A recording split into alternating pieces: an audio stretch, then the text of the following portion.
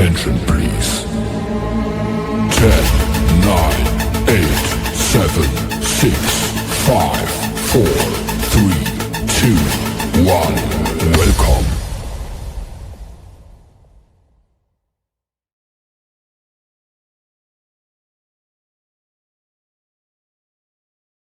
Hey, everybody. Thank you for joining. This is going to be a great episode. My name, of course, is Andy Smith. I have been drawing comic books for 34 years. Marvel, DC, Image, Acclaim, Valiant. Just, you know what? AndySmithArt.com. Go there, check it out. You can get my whole background if you're new to the show. Today is actually kind of cool. We have a guest, or I have a guest. I say we. I'm so used to watching late night TV. I have a guest today, and very excited about it. I just met this gentleman, but this right here, this is where I first saw his work. This goes back to 2010. It is Imagine FX. If you've never heard of that magazine, it's an art instructional magazine. You name it, they've done.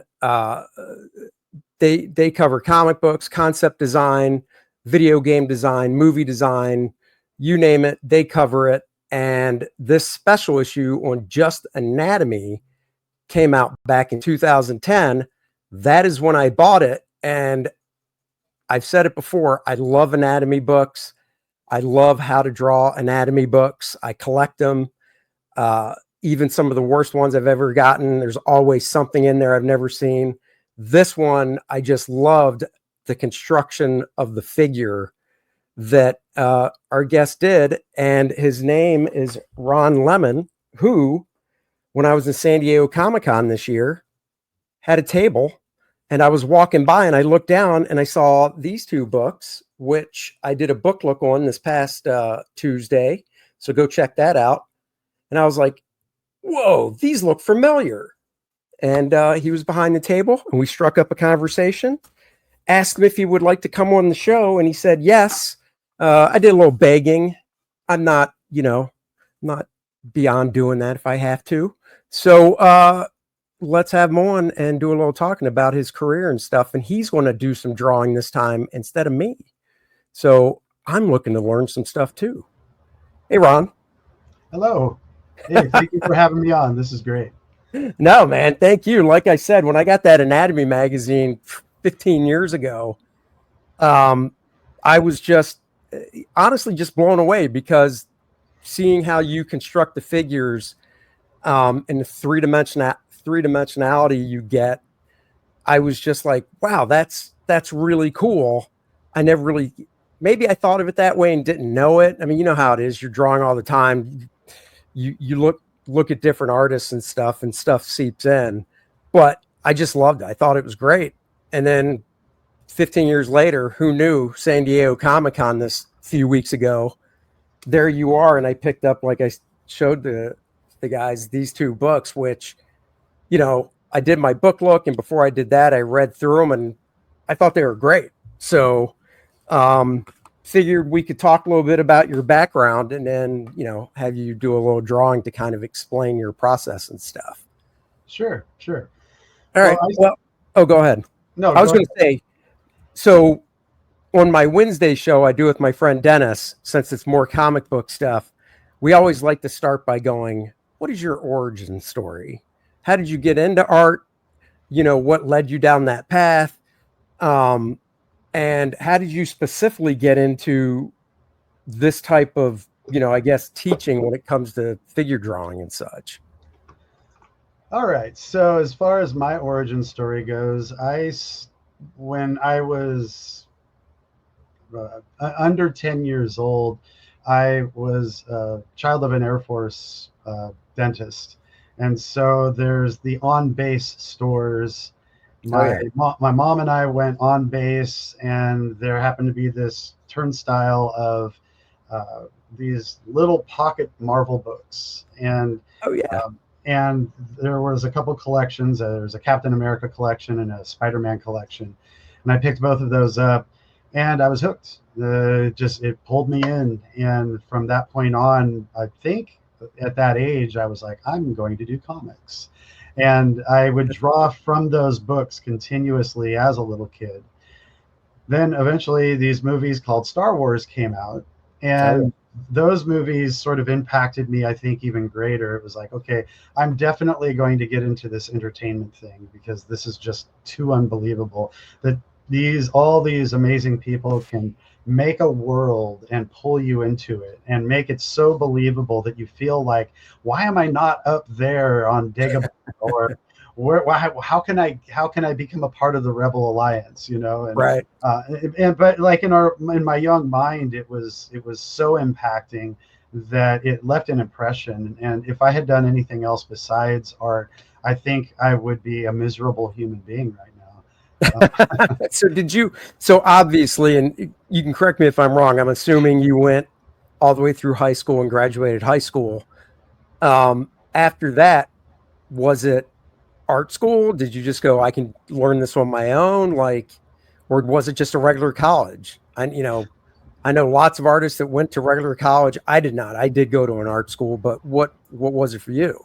Okay, so at 14, I um, got my first art job, and Oh, it was with a company that's in Sacramento. I grew up in Sacramento, California, and it was for a museum, the Tao Ford Car Museum, and okay. they had me do the signage, the logos, the stationery, and then a few T-shirt designs for their gift shop. And my dad, it was one of my dad's patients, and my dad would, I guess, brag about me being an Sure. artist, and which is interesting because my dad never talked at home, but apparently he was like talked every patient's ear off when he was working with them, and he talked me up. And to this day, it's unbelievable that he actually did that because he never said anything to me really very much, unless it Right. was when I was doing track, and he was like, go do the pole vault, that's what I did, and then I was like, no, forget it. I'm going to do long distance like I've been doing. And then we didn't talk again. And so, but yeah, he sold me on the museum. And so that was my first official art job.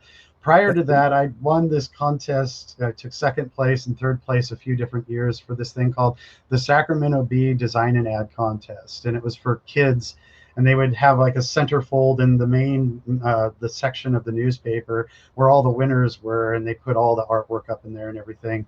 And so for a few years, when I was between sixth grade and ninth grade, I had won three of the, or won one, took second in another, and third in another one of those. And that was my first taste into making things and Right. actually publicly displaying them. And then this job came along when I was 14. Soon after that, my aunt had a friend who ran a silkscreen shop in a town near me. It's called Sunrise. Mhm. And it was before I could drive, so my mom had to drive me over there. But I became like the silkscreener for a few months, and then they turned me into the art director because I did all the drawings and I could silk screen, and I was the only one who knew how to do the color separations and everything else, which was really strange because you'd think that the people that were running it would be really good at that. Yeah. But they were sort of like, we sort of opened this a little bit prior to you coming here, and we would just get artwork from other people and then screen it on. But now we want to do in-house work. And since you can do it all, we're going to make you the art director. And I'm like, okay, that's weird. I'm in high school still. You think that's good? How did you, Um, so in high school, did you learn how to do color separation and stuff in high school? no, Because I like, just, where did you learn how to do color separation? I didn't learn I, that stuff until I went to art school. well, so I think, well, because I did a class in high school, yearbook. I was part of the yearbook, and we have to build all the files and the Right. pages. And I learned a lot of that stuff there. I learned how to use Rubylith and everything Oh there. yeah. Oh yeah. So it made it a little bit easier for me to be able to do that work at the studio. And then working at that shop, it perfected my hand using the razor as a pencil, Yep. and then using halftones that were called Zipatone at the time. So Um, did you, so when you were cutting Rubylith at the shop and you were using an X-Acto, and I'm asking this for a specific reason, was it just the regular X-Acto everybody sees where you just unscrew it, stick the blade in, and you're done? Or was it the type that had a small blade and actually swiveled? I couldn't use the small blade that swiveled because when I would pull a straight line, it would start to, like, shopping cart wheels that kind of do this Yeah. sometimes while you're rolling them. The thing would actually kind of take a life of its own on, and the line would just go and kind of pull over off to the side. So I just used the straight razor and Oh, learned how to wow. like do the curves and the turns and everything with it, without using that funky blade. See, And the reason I ask is after I graduated high school, I took a year off before I went to art school because I went to a place called the Joe Kubert School. oh yeah, Yeah, my audience knows all that, but it was a 3-year school. So I figured, well, I'll take a year off and I'll still graduate when all my friends that go to a regular 4-year college do, you know? So I actually got a job for that year, not just some part-time job. I got a full-time job as a cartographer, a map oh maker. nice, awesome. Now this goes back to 1987 as when I graduated high school. So it was doing flood maps, and I would have to lay the rubulith down over a flood map that they printed out in just, grayscale. And I would go through and have to cut out certain floodplains. Right. And I'm going to say that the black line that I was cutting on was, so micron pens. Oh yeah, it was like a 0.5 line or a 0.2. Yeah, it was like a 0.5 or 8, something like that. I had to be in the middle Yep. of that line. And Yeah. they would check it with like the little jewelry thing, whatever it's called. The jeweler's magnifier. lens. The jeweler's Yes. lens. They would Yeah. check it with that. And if I screwed up, I'd have to take the rubylith tape, put it down, and recut. So you can attribute that job to you're needing glasses now. I can attribute it to, well, I had glasses then, but Oh, okay. no, but in all honesty, what I can actually attribute it to, and I really do believe this. So I was inking probably when I was like 14 or so. I started trying to ink with a brush because I read in How to Draw Comics the Marvel Way. It's a brusher. So I just went with a brush and, learning the brush. And this is, what they said at the Kubert School too. They said it's good to learn all the tools, but the brush is the hardest one to master. So if you can pull an ink line with a brush, you can pick up a dip pen. It'll take a few times, but you'll get used to it. Right. So I was trying to use a brush. I think by pulling with that X-Acto knife, having to be that exact, I think that really helped my brush control. Oh, for sure. No, that's absolutely true because you're that's a dexterous skill, and Right. you're learning how to perfect your dexterity. Yeah. So this is about you, but when I got to the Kubert School in my first year, when I was doing inking, my teachers in my first year were like, have you inked before? Because your control, like where you're putting the line weights are kind of off, but your control is fantastic. And I was like, no. And I would tell them the story and they're like, oh. So then it just came down to learning inking and lighting and all that because I already had the control. So it's transferring the skills over to a different tool at that point. Yeah. And it's easy for you to do. So yeah. Well, that's cool. So then, okay, so you were doing that. And then so then there was that. And then out of high school, I got sponsored for skateboarding. So I took a little deviation for a while. And that lasted until my mid-20s. But during that time, sponsored to do skateboarding. You were that good at skateboarding? Oh yeah, yeah. Really? I'm not going to say I was amazing, but yeah, I got sponsored for skateboarding. Yeah. I couldn't even. I was 17. I got on a skateboard, fell on my ass, and was like, "I'm good. I'll ride my BMX bike. I'm better at that." Yeah, no. My whole life, I was basically on a skateboard. I had a bike, but I don't know what it was with my parents and bikes, but they just didn't want me to ride a bike. My mom gave me my first skateboard, and I kind of got hooked ever since then. There used to be these trading cards for skating, and in fact, I think I have them right here because I'm going to make a set of my own. Yes. Oh, that's right awesome. These are these were the trading cards. This was the first set, at least, and they're stickers. And I collected all of those. And in the first set, each sticker was a trick, and it would show you the trick, and then it would name the trick underneath it. So that was how I learned skateboarding, was through those trading cards. I learned all the tricks from there because in Sacramento, we're so far away from actual skateboarding's, Santa Monica and San Diego and all these places were the birthplace of it. And that's where it was the hotbed. In Sacramento, it was sort of like, you're a weirdo if you ride a skateboard because we all ride bikes or motorbikes out here. there was a skate park up the street from my house, and I had to sneak up there with one of my good friends whose dad signed me up because my parents wouldn't. And I skated in the park a little bit. But yeah, and when I got out of high school, I was riding with a few friends, and one of them was sponsored and helped me kind of get that same sponsor. And then another company in the town, I was riding their boards for a while and got hooked up with them, and then moved down to San Diego with them when they moved because I Oh, wanted to wow. stay sponsored. So there was that. And during that time, though, because I lived like 5 minutes away from Tony Hawk's house, and there's other guys, Matt Hensley, and all the other big names that were sort of popping up at that Yeah. time, were all right around in my area. So I skated with all of them all the time, and my skateboarding developed, but also my friendship developed with them, where I was like, hey, do you need a board graphic when you go pro? Ooh. And so what ended up happening was I ended up really getting like knee deep into the action sports industry by doing board graphics for all my friends.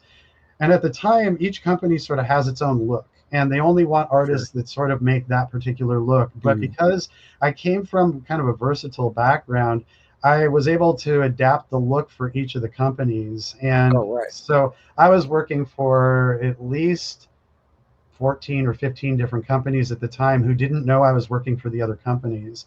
And it allowed me to kind of almost make a career out of just freelancing board graphics from all my friends, because I had so much going on. I was doing like 7 graphics a week, and that kept me busy for years. Then from there, that rolled into snowboarding. I was the art director for Ride Snowboards, Oh, and wow. did a bunch of stuff with them. I was the art director for Tony's company when he made Birdhouse Projects after he left Pal Peralta. So I worked with him. Then another big name named Chris Miller. I did a bunch of Planet Earth graphics for him. And then that just kept growing and growing and growing to the point where this became a side mission, because my ultimate intention was to actually get into comic books. Right. But okay, this is fun. This is great. These are one shots, but I'm sort of not interested in doing these board graphics anymore because there really isn't much of a story behind them, and I Right. really wanted to tell story.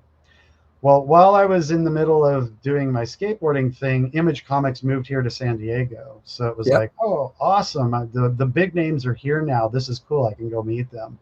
And at the same time, there was an art school that just opened up down here. It was like the first of its kind, an atelier that was outside of Los Angeles. I had tried going to college a few times. Up in Northern California, I went to this place called American River College for like 2 semesters, and I Mhm. took all the graphic design courses, because at the time that's what I was doing, was graphic design, and they didn't really have much of an illustration program, so that was where I was getting my training, and I learned by these arts center students who became teachers up there. So I was learning the art center way, and learning Okay. about composition and color theory and all these different parts of art that when I went out to other colleges, they didn't have those classes at all. So I was Right. really blessed to get those when I started taking classes up there when I was 16. So I was taking college courses like on the side because I wanted to get art in my belt, under my belt. Sure. And my mom was like, yeah, I mean, you can drive yourself over there, so why not take a course and try it out? So there was that. And then the year after I graduated, I continued taking some of those courses, but skateboarding was just calling my name. And then I took off out of Sacramento to San Diego. Down here, I went to a place called Palomar College. It was a junior college also, but again, I was told that there were some former art center students that were teaching out there, and I was like, good, I want to continue this because I love the way they teach. They just factoid after factoid after Oh, factoid, cool.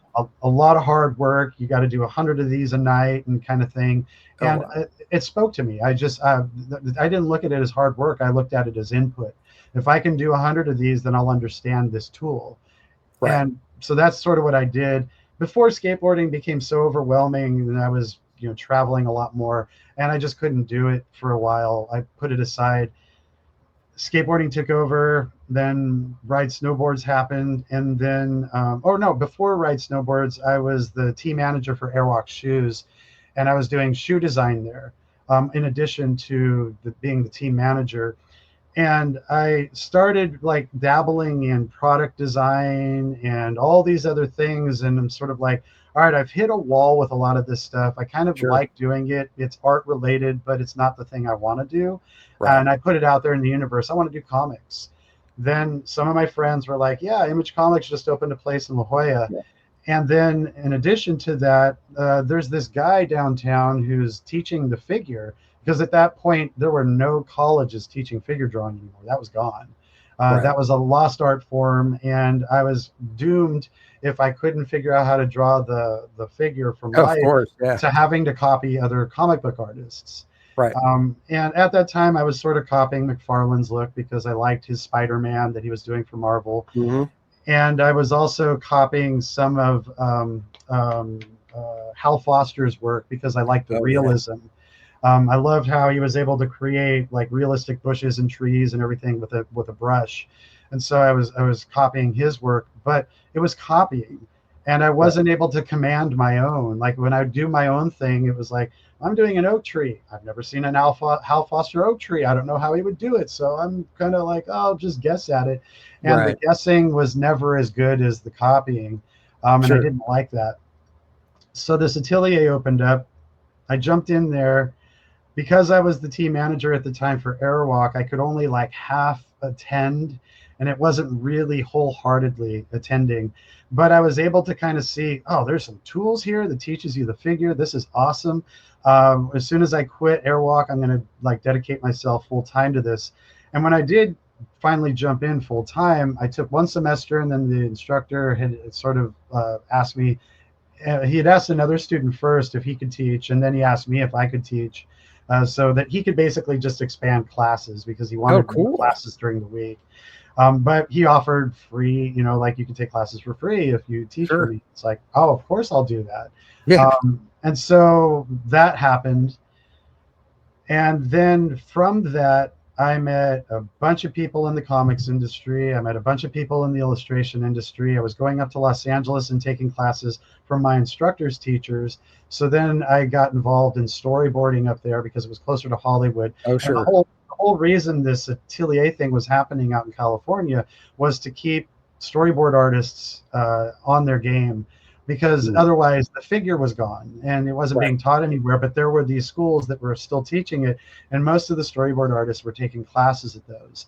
So I Oh, that's rubbed cool. elbows with all these guys who did storyboarding, got a chance to do some storyboarding, and then I was like, yes, I'm finally in my groove. It's storytelling time. Still don't Yeah. know a lot about it, but I'm going to continue doing this whole thing so that I can get to that point where I can tell stories. I did some stuff. I did what were at that time called pinups. Like some comics had pinups in them. Oh yeah. Oh I've yeah. done a few pinups for Image. I did a pinup for Dark Horse. Oh, cool. And I never really got a chance to jump in and do the pages, because I was still super active in the action sports industry and a bunch of other things. I was just juggling too much stuff at the time to give full focus to any one thing. And it was hard to let go of one to get to the other, because that means letting go of income. And Right. living in Southern California is not easy because it's so expensive down here. So Oh yeah. I was holding on to one thing, trying to do the other thing while doing these other things in between. And eventually break after break after break happened, and I was able to like work with a bunch of different places. And a company called Presto Studios came along, and asked me if I would be a concept artist for them. And I was like, I don't really know what that is, but I'll go show my portfolio, and see if I can get this job, because this is like a full-time gig where I Yeah. know that I'm going to get health insurance and all those other things. And when I was art directing for Tony, and I was doing art direction for Ride, it was kind of like under contract. So I wasn't Oh actually yeah. getting all the benefits, but it was full time with them. It's just, I'd like the other stuff too. Presto And rings a bell. Is there something they're they known did for? games called the Journeyman, the Journeyman games. Okay. And then when I was there, we did Myst 3. That was what I was creative director on. Or actually, I was art director on that one. Then I was creative director for a game called Whacked. So they did Whacked, and then they did Star Trek Resurgence, I think is what it was called. Star Trek Oh, Resurgence. cool. They did a Stephen King game, and then we were supposed to put out a game, our own IP, called Yeah. oh man, I'm totally forgetting the name of it right now. Oh, Beneath. That's what it was called. Okay. It was a Tomb Raider killer.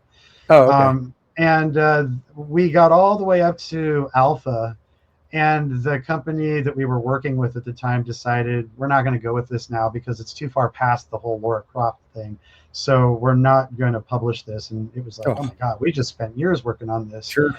And that was gone. But then we immediately got Mist 3. So then there was that. And that was actually really fun to work on because I not only was one of the art directors for it, but I was the storyboard artist for all the cutscenes, and I was the Oh, that's costume cool. designer for the actors, and I did a bunch of different. I wore a bunch of different hats during that, Sure. and it really those years at Presto Studios was one of those studios. It was a small studio, but everyone went on to become somebody big in all the industries. And one of the guys at Presto's invented animatics and went up and worked with Lucasfilms as one of the first companies that animatics was being Wow. used for. The other one of the sound designer, Jamie, went on to become an Oscar-winning sound designer for like Wild Robot and Total Recall and a bunch of Oh, other wow. amazing sci-fi and fantasy and real world stories. Phil Saunders, who was my creative Oh, director, I went know who on to that become, is. yeah, he became the designer for all the Iron Man Yeah. suits. Yeah. Um, so yeah, I was blessed to be in a really great group of people that all showed me work ethic. Because Sure. prior to that, I had a work ethic, but I was also laying around because I was skateboarding. So it's like, I'm going to Right. work just so much so I can go out and skate with everybody. Right. And so I still had this sort of reckless behavior that was in me at the time that uh, when working with these guys over here, I saw and especially with Phil, he's like, I work 200% of the time. I put in 500% of my effort, and he really taught me how to focus and hone in on the little things that I need to be doing. So after that, I went on to a few other game studios, but I was also now an instructor, and I Right. was being pulled in different directions. Sony hired me, DreamWorks hired me, Blizzard hired me. Um, I'm forgetting all the studios that I've worked with now, but then I also worked at a place up in Los Angeles called the Los Angeles Academy of Figurative Arts, LAFA.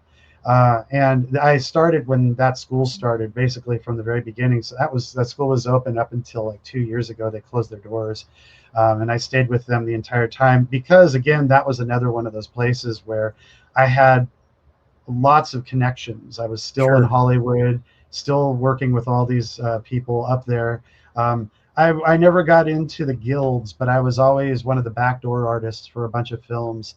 And unfortunately, when you're a backdoor artist, you don't get on the credit roll. But I Oh, at right. least was able to work on all those films and television shows.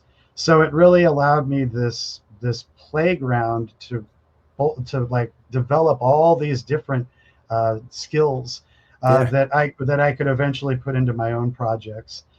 Then I worked for Noman. I worked for CGMA. I worked for a bunch of the reputable schools up in Los Angeles that were teaching potential Hollywood artists. And that also exposed me to a bunch of different facets in the industry and connected me with people like Scott Robertson and Ryan Church and all of the big names that were working on Star Wars, Feng Zhu, and Yeah. my friend list was like massively growing with all these really amazing artists. And I was able to kind of pick people's brains.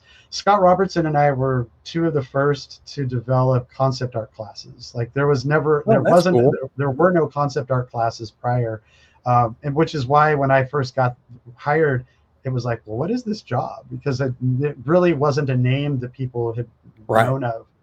And there was concept art, but it didn't really have its name yet as its own entity. So in a way, because I was teaching at this atelier and I wanted to hone in that craft, I started some classes in it that would allow me to develop myself, but also to start growing a language because there really wasn't one. Hmm. Everything that was spoken in concept art was design like product design related or car design related or Okay. architecture related. So the Right. language was coming from those three disciplines. And this had its own thing because it was all imaginary. Right. And because we were delving into things like science fiction and fantasy and stuff that just didn't exist, it sort of needed its own language to really thrive in its own space. And so I was sort of one of the first instructors to start developing a language for it, and bring in students for the first time who wanted to do this thing that they had just seen on these old art forums, like conceptart.org and Sijin forums. Yeah. These were all the concept forums in the early days, and I was a big name on those, critiquing people. So I would give people critiques and do paint overs and kind of help people get their art oriented correctly so that they could build a portfolio.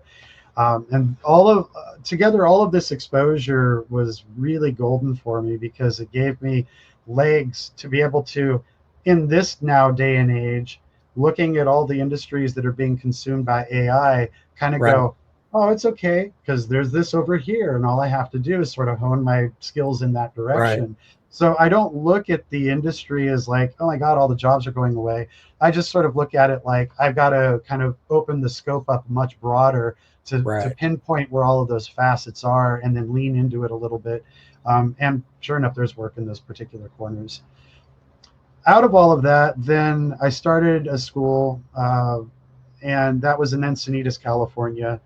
My wife and I had opened a school there, and then we joined forces with an online school called, it became known as the art department.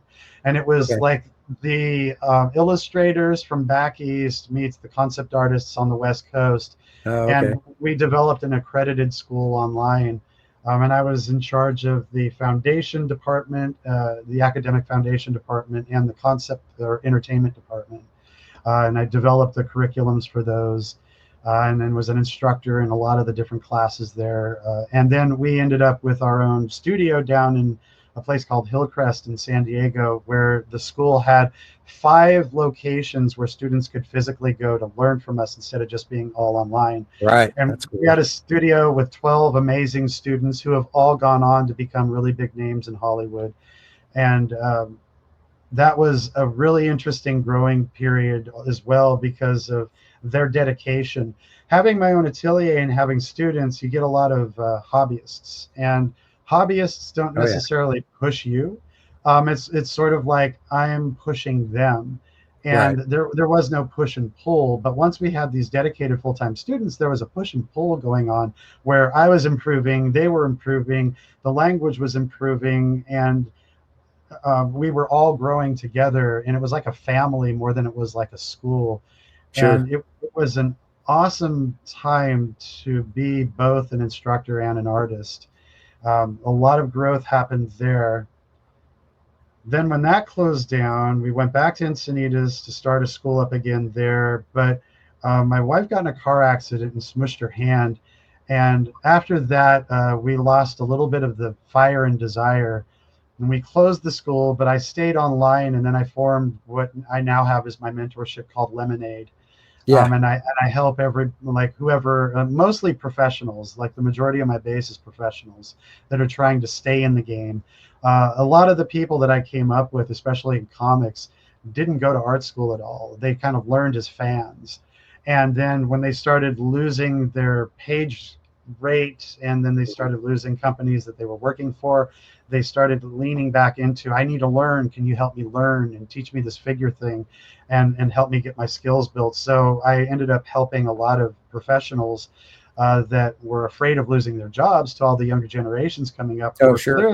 clearly learning in the atelier system or somewhere where the figure was like a dominant fixture, and they were much faster and more expressive, and it was killing these older artists that were just like, man, my career is going away because of these guys.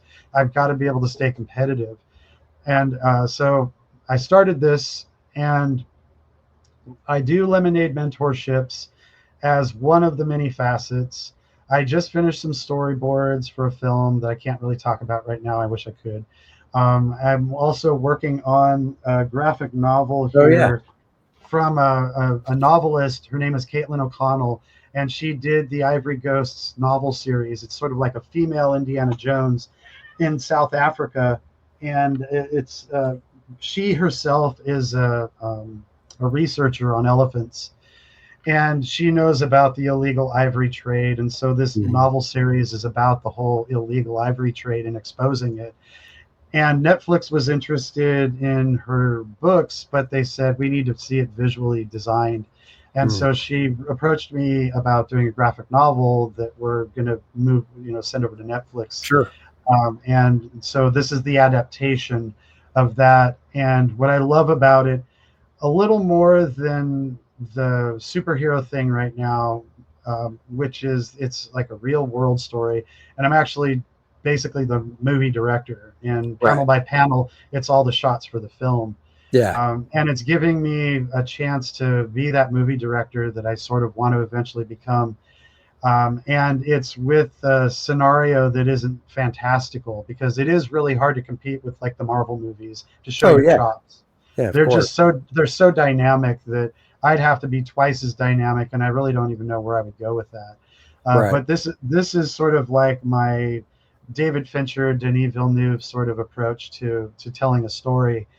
And so there's that, and then I'm also doing TCG cards for Magic the Gathering, Oh, that's um, cool. Marvel Snap, and Marvel. I'm forgetting the name of the Marvel game for uh, Atomic Mass games. And then I'm supposed to be getting some work with Upper Deck for the DC card series.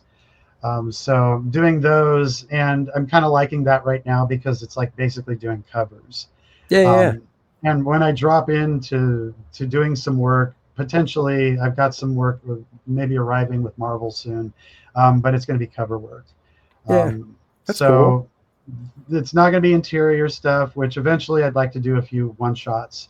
But right now, I'd rather do the cover work because it's sort of the explosive introduction to a book for somebody. Yeah.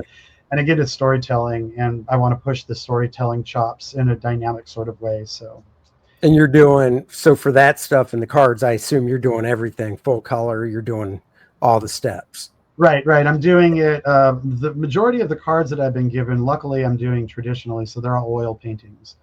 Um, Really? I was going to ask if you're doing digital or traditional. So you're doing traditional with oil. Are you yeah, using yeah. a drying agent, I hope, or I assume? No, no. So because of my I Atelier haven't used oil in experience. forever, so maybe they Oh, dry right. faster now. But Well, no. So yeah, with the Atelier experience, I've basically taught every medium, and I've worked with every medium. yeah, And oil is just the most dynamic that you can work with.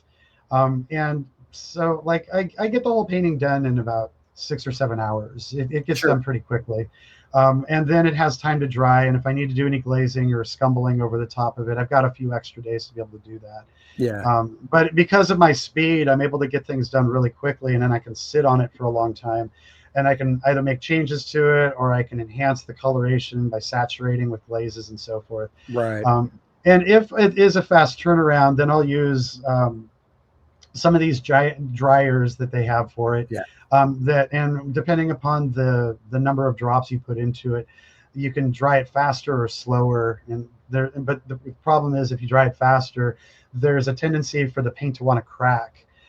Because you're burning it a lot faster, and some colors burn quicker than others as far as their drying rate goes, and they will split apart from one another if one dries quicker than another one does. So that's why I try to get all of my work done within a few days of receiving the brief, so that I have several weeks to sit on it, let it right. dry naturally, and then make changes to it if needed digitally. There are some of the card sets, though, that I have to work in digital medium. And Sure. because I'm also very fluent with the digital mediums, it doesn't really matter which direction I go Right. in.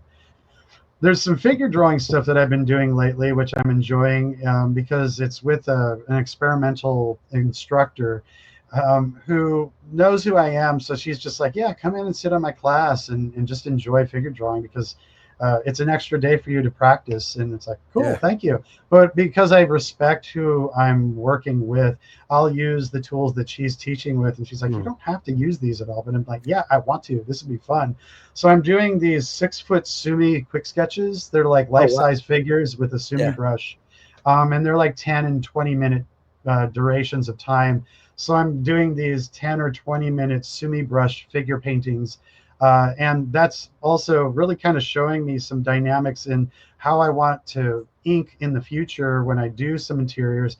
I want to make everything very large Mhm. because I'm finding that I have a more expressive movement to the lines when I can actually use my whole arm as opposed to being anchored down at the wrist. Right. And it's really fun, and it kind of gave me some insight into the next layer of what I'm going to be doing with some of the comic work I do. I'm going to make pages that are really large, like 6-foot pages, and then I'll do art shows with these pages so you can Sure. go in and actually read the comic on the walls. And I'm going to imbue AR into them so that when you hold up your phone to the panels, they animate. Right. So I'm kind of building this experiential comic so that you can have, like, I can have art shows with them Yeah. for people that entertain themselves for the evening. That's cool. Man, you have literally, I'd say, done it all. Talking, wow. There's been a lot. I mean, the life has allowed me a lot of different directions, and I can say, looking at the entertainment industry, I've done everything but sculpts for film. Like, that's the Okay. only thing that I really haven't done. I do 3D animation and all of that, so I am also an animator. I build models. I have some models up on a store on the internet to sell. Um, I texture, I rig, VFX, all that stuff. Wow. It all comes with the territory, and especially when you do freelance, when you get a client, they have this box of things that they need built, and they're like, "You will do this, and then we'll farm this off to this person, and this off to this person." And I try to come in there with, "Well, I can do the whole presentation if you need it." Right.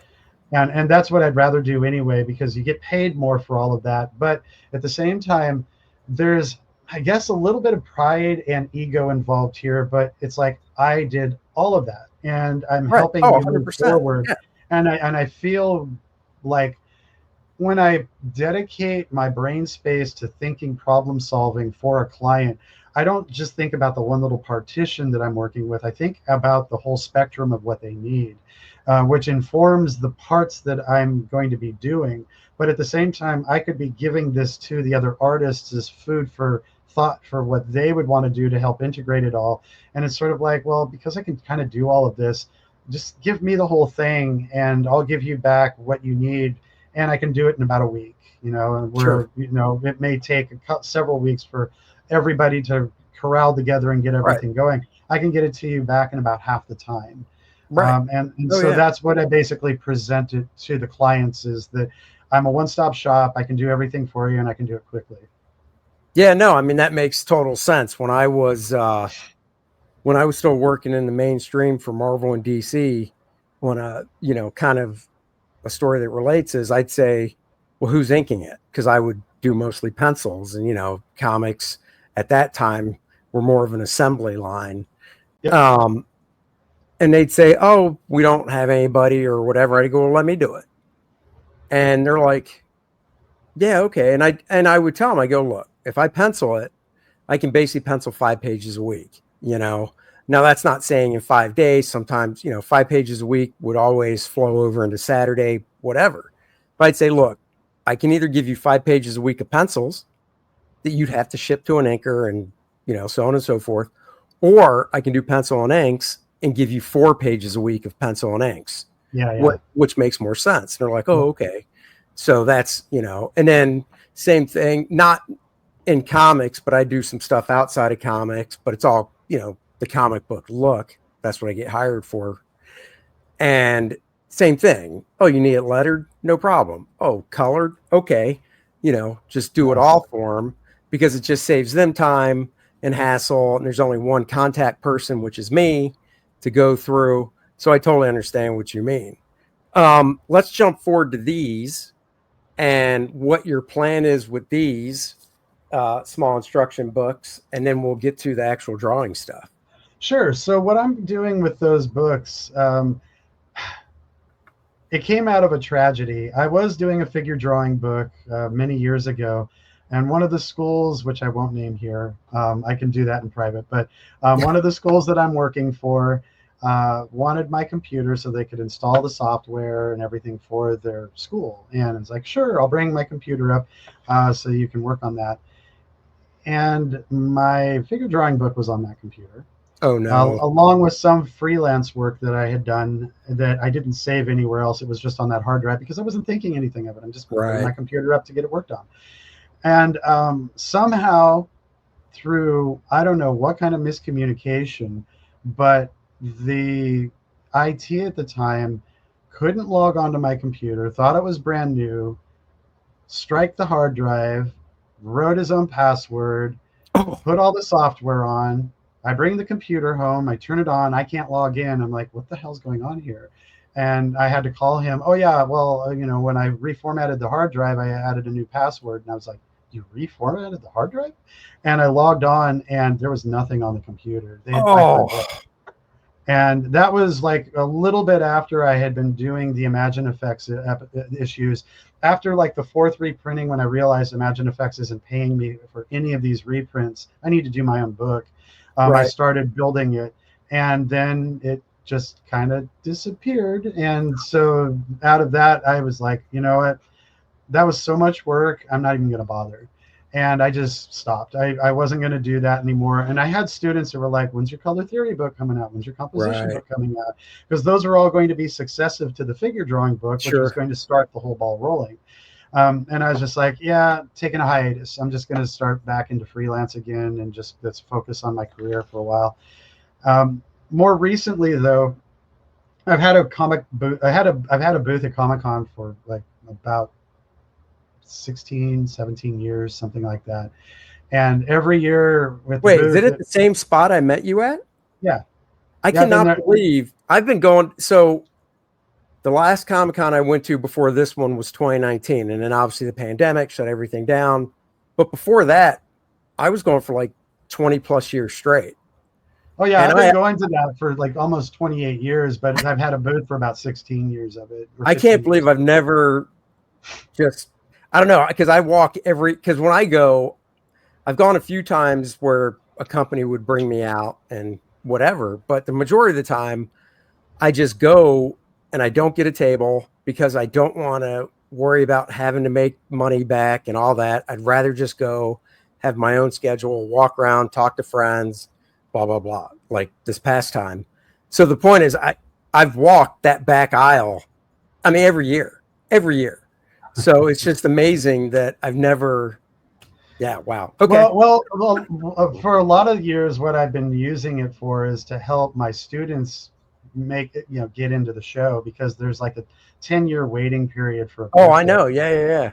So because I have this double booth that started with some of the schools that I worked with a while ago, it sort of turned into, hey, you want to get into the show? If you want to try it out, you sublet part of my table, and I'll allow you in.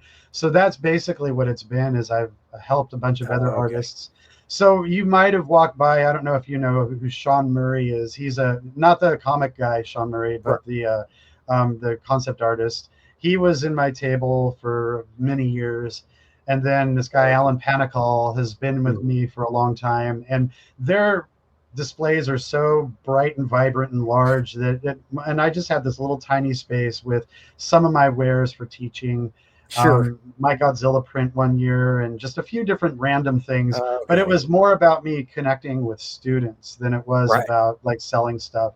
Now it's different. I'm flipping everything around because I want to make it worthwhile. I have these play mats that I do with the different parts of your art foundation. Those 2 books that you just flashed, and those books are sort of like me coming back and saying, okay, I'm going to do this figure drawing book now. And I'm sort of doing it the way George Bridgman did. Especially after doing all the Bridgman videos that I have on my YouTube channel, Decoding Bridgman, it was like, yeah, I think I need to do my own series. So Right. I started with the armature book, which is step one of the process. Yep. Then this year I did the écorché book, which is the second layer of the process, putting the muscles on. This next book that I'm working on, which is going to come out in about a month, is rendering the figure. No. Then Okay. book four is going to be focusing on the extremities, so focusing on the head, the hands, and the feet. Mhm. And then book five is going to be conceptual thinking, how to maneuver this figure into animation or comics or illustration, stylizing it, tweaking it, stretching it, pulling it, and turning it Right. into your own thing. So it's more the exploratory portion of figure drawing. And Oh, then cool. like Bridgman, I'm going to take all those little books and then turn them into Voltron and make a big Right. book out of it, where everything is combined, and then add more information to it. So it's not just these little books that you're getting, but an extended version of each of the little books with a lot No, more that's cool. information included. So that's the Right. series that I'm going to be doing. That's cool. And I assume the bigger book will be, bigger Right. Yeah. as well. Yeah, yeah. Well, That's and then cool. that too, I need to explore because I'd like it to. In my mind, I'm seeing it done a certain way, but the publisher that I'm working with, Design Studio Press, Mhm. is not necessarily thrilled with the formats that I'm looking at. Like, I'd like it to be in a 3-ring binder format, so you can Oh, right. pull the book way open and you can pull chapters out and hold them in your hand if you need to. Oh, yeah, yeah, yeah. I want it to be artist friendly instead of Sure. having a tight binding to it where you have to sort of like break the binding just to keep those pages open. And I'm not really sure yet exactly the format that I'm going to build, but I'd like it to be table friendly or easel friendly so that it can stay open without you having to clip it together and everything. Right. So yeah, something like my business cards and everything else that you've seen, I don't waste anything. Everything has to have something useful for us. Right. And the book needs to be useful 100% as well, not just another book on the shelf, but Right. something that you can get dirty and you can keep it open for several days and it doesn't break the spine Right. and all that sort of thing. So yeah, convenience is important to me first. Access to the information is also equally important. And then aesthetic and all of that isn't as important to me, especially knowing that it's going to be a studio book and not just a pretty book for a coffee table. Right. Right. Yeah. I mean, the only thing that comes to mind is just spiral bound in general, not Right, like necessarily 3-ring because that opens up, but spiral bound, you know, that right. lays flat and everything. Well, the one book that I really like that I have several collections of was this book series called The Famous Artist Course, Oh written yeah, by I've got a few. yeah, and that is a spiral bound. It's a It three is. ring. They're 3-ring books, Yep. and there is a charm to the way those books look. I mean, they're Oh yeah, massive books, they're but classic too. Yeah. right, they work and they work really well in that way. And I'd like to at least test the waters to see if something like that can be sort of improved upon or modernized a little bit, Right. but used in that same format so that when I do my color theory book and my composition book and all of those, I'm going to try to do them in the same format so that you basically have a mix and match library that you can work with on the just very specific parts of what you need to learn as an artist instead of having to carry all the cumbersome books around with you. Right.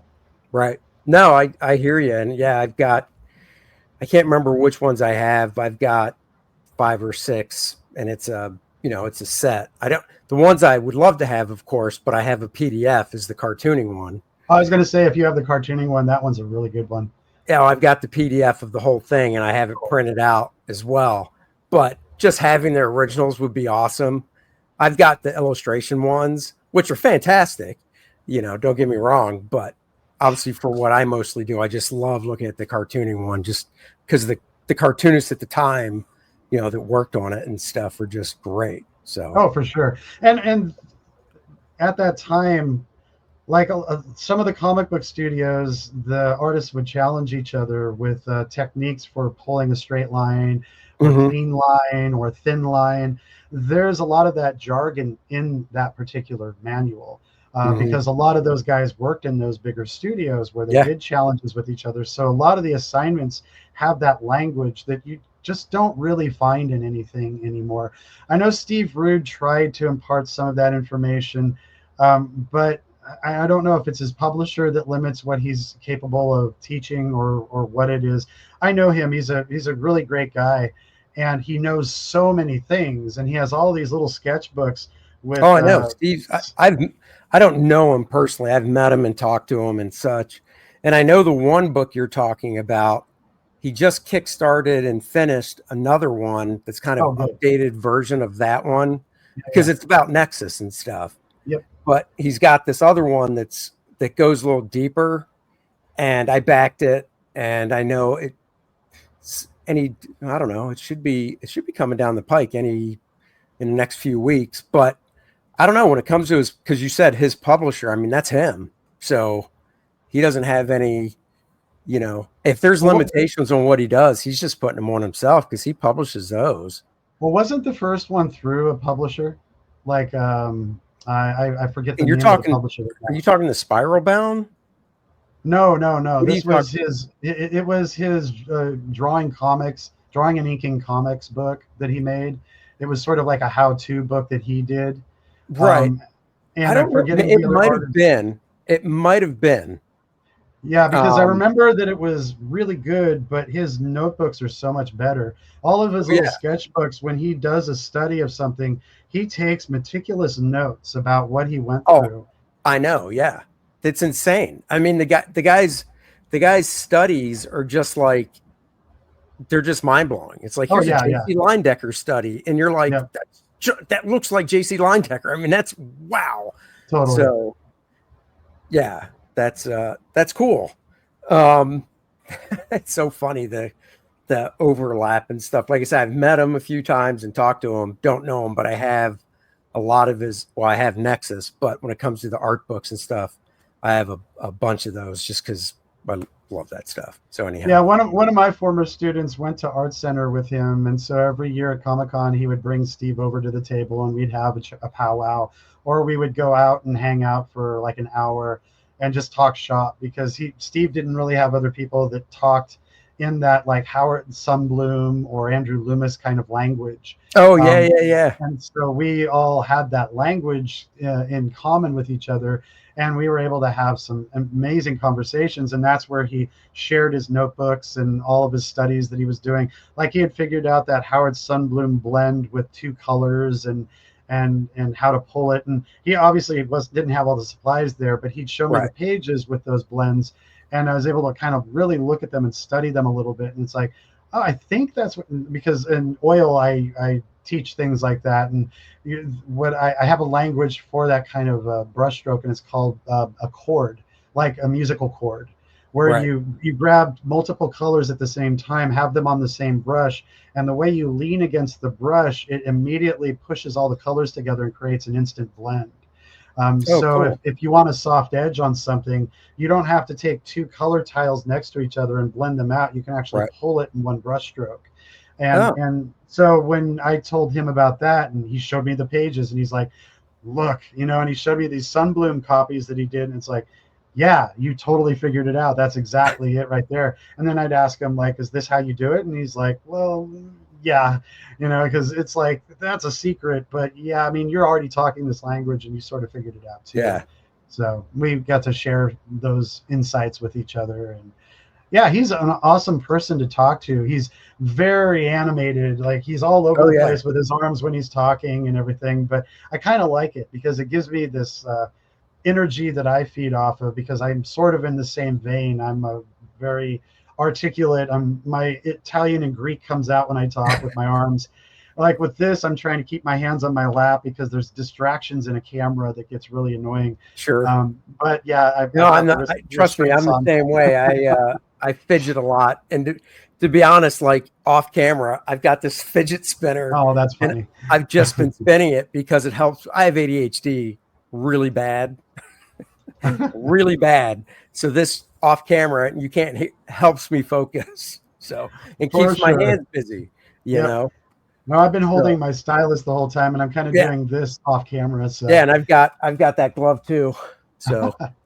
Nice. Well, cool. Well, let's, if you want to, I'll pull your screen up, and if you want to just touch on some of the process of, drawing a figure that you do, I think that'd be cool. And, I don't know how you are. I know when I draw, I slow down the talking some because it's like, oh, now I'm drawing, but I'm getting better. with, well, you'd think after 30 some years of doing cons and convention sketches, but Well, so this is definitely one of those areas where my students will tell you, I don't know what's going on in your brain, but I can't believe you're doing what you're doing. Because like with the Atelier system, right, we have to talk and demo simultaneously. And right. you sort of work out that lingo and that movement and everything as you go. And I kind of equate like drawing and talking is sort of like music. I'm playing an instrument, but I'm also singing at the same time, Okay, and kind of learned that skill. So the way I'm going to approach this, because we sometimes have those who are doubtful of the tools, if you're just making everything up off the cuff, I'm going to talk through an image over here that I pulled from one of my graphite studio photo packs, sure. and kind of build off of the figure here in this image.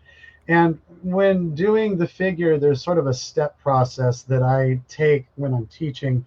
Step one is to build the armature. And the Yep. armature is basically the foundation of the pose, but it's the container for the skeleton. I have two different armatures that I teach. One of them is for the skeleton, and that's the anatomy version. And then the other one is a stylized version that includes the écorché.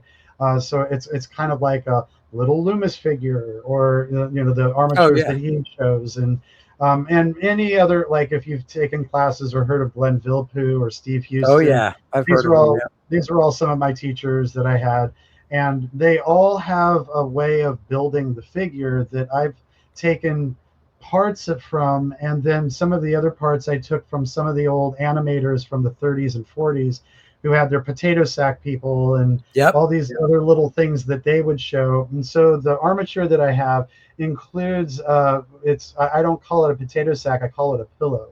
And So that's so funny because when I was reading through the first book, the armature one, I saw you named it a pillow, and I go, "Oh, that's the potato sack." yep, totally, So like absolutely. so I haven't taught nearly as much as you. I've taught as an adjunct professor because I don't have a degree, so I can't go any higher at the university I did teach at as an adjunct. But I would always, call it the potato sack, and building up with a mannequin, and always concentrate, first on learning the basic shapes, because you have to get the shapes down and think dimensionally. Because out of the gate, even just talking to students that went through basic drawing, they'll say stuff like, "Oh, so like the shoulder's a circle," and I'm like, "No, it's a sphere," because you have to think three dimensionally. Yeah, And the arm and legs are cylinders; they're not, I don't, a rectangle, whatever. You need. I would hammer it, and they'd be like, "Oh, it's sphere, circle, whatever," and I'm like, "No, a circle is flat. A sphere is not. You have to start visualizing on the paper in three dimensions." absolutely. And I'm sure you can do this once you get your mind's eye trained to that. You can like look around, and I always use the example of just like looking around my office at a bookshelf. And while, I use my wife as an example for everything. She's not artistic at all. And she might go, "It's a bookshelf. I don't know." I'll say, "Well, what's the basic shape?" She'll go, "I don't know. It's like a square." And I'll go, "No, it is a square, but it's a rectangle because the shape of the bookshelf is tall. It's not square, and it's a cube. So an elongated cube, or something's a pyramid, whatever, or a cone, start at." And the point is, when I look around, I see all the basic shapes in my mind's eye of everything. You know what I mean? Like, Absolutely. and you see an exploded view as well. Yep. So So the way that I sort of explain to my students what we're doing is, we have eyes, we take them for granted so much that we don't really pay attention to the fact that we are actually looking at things. But what an artist is doing is they're taking their eyes and they're rewiring it. And it's kind of like going into the military. You're being rewired for everything. And you're rewiring these fight or flight tools into something that allows you to see the world very differently. And what you're doing is you're creating these extension lenses that you're putting on your eyes. So you have an extension lens for form, you have an extension lens for color theory, for being able to see temperature shifts and changes, value changes. You have a lens that you're attaching to it for perspective. You're able to see an object and how it's diminishing into space. So you don't need a horizon line and vanishing points, but you know where they're implied. And Right. by learning each of these different tools, you're giving yourself a set of lenses so that when you walk around all around you, depending upon what you're looking at and what part of it you're looking at, you're swapping out different lenses so that you can see those particulars, and you can immediately identify all the key points of them that you really need in order to be able to recreate it. Right. And then once you've mastered all of those, you can't escape it. Your brain is just automatically hardwired for seeing all these things in the like I'm hardwired for form, so everything I see is in 3D. Um, Yes. and Yes. and then on top of that, because of the guy that I studied with for color theory, which was one of the best color theorists of our time, he changed my eye to the point where I can sit and just stare at a corner all day long and watch the colors shift through it, and that entertains me. It's like this weird thing where these tools that we learn actually gives me a greater appreciation for the mundane. Like the simplest, dumbest little things really entertain me. Like being able to look down an alley and notice that all the trash in that alley somehow is color coordinated. There's only three major hues of trash down this alley: Right. white, blue, and black, or white, red, and green, or whatever. And the entire alley is keyed in those colors. And so, Right. like, I see things like that continuously, where others are like, I don't want to go down the alley, it's dingy. They like their Right. brain is not thinking about the things that I'm thinking about. And it allows for me to be able to see beauty in, like I said, the mundane, like any No, I normal I I looking actually thing. understand that. So That's cool. That's cool. No, and I think it's like it's the same thing with a musician. You train your ear to hear sound, and you hear it in certain notes and certain octaves and certain pitches. And then so like when a door closes, you're like, oh, C minor, and it's like you're not just like reacting to somebody closing the car door or hearing a dog bark. You're hearing the key, and you're hearing the note that is being repeated over and right. over again. And so like a musician can take a walk through any place, and the sounds around them are like, hey, there's a new rhythm I've never heard. I want to get this down. And their appreciation for the world changes because their scope of what they hear changes. Right. And if you do multiple disciplines, like I do make music a little bit, but it's not my primary discipline. I have an appreciation for the audible, just like I have an appreciation for the visible. And both of those together make life so much fun. And where somebody else might find boredom in something, it's like I could sit here all day. There's nothing wrong with, like, if I have to go stand in line at the DMV, I'm entertained anyway, and it's not going to bother me even though you're there for like 8 hours trying to That's get your funny. I'm license. I'm laughing because I'm kind of like that too. Like Nice. we'll go stand in line, or I'll go stand in line for something, and if I'm with my wife and daughter, they'll just be like, and I'm just like, I can either amuse myself in my head or just looking around at my environment and Yep. stuff, Yep. So That's awesome. I'm I not love that. crazy. Yeah, exactly. No, the whole thing about, like, I would assume that this happens with any art form, that once you've reached a certain level of proficiency with it, the world now shows you this constantly, and you can be entertained regardless of where you are. Yeah, It's gonna come back to you in the most ordinary ways, but now the ordinary is extraordinary because you have heightened senses for it. right. That's cool. All right. All right, so the armature is the first stage, and the armature is the container for the skeleton. So the skeleton would come next.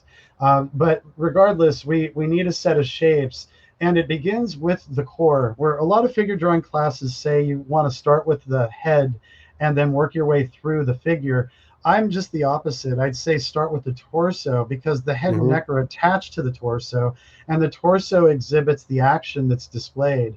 And you want that in its position first before you attribute everything else. Because if I was to go the regular route, put the head in, then put the torso in afterwards, there's a certain symmetry that we all fall victim to because our brain wants orderliness.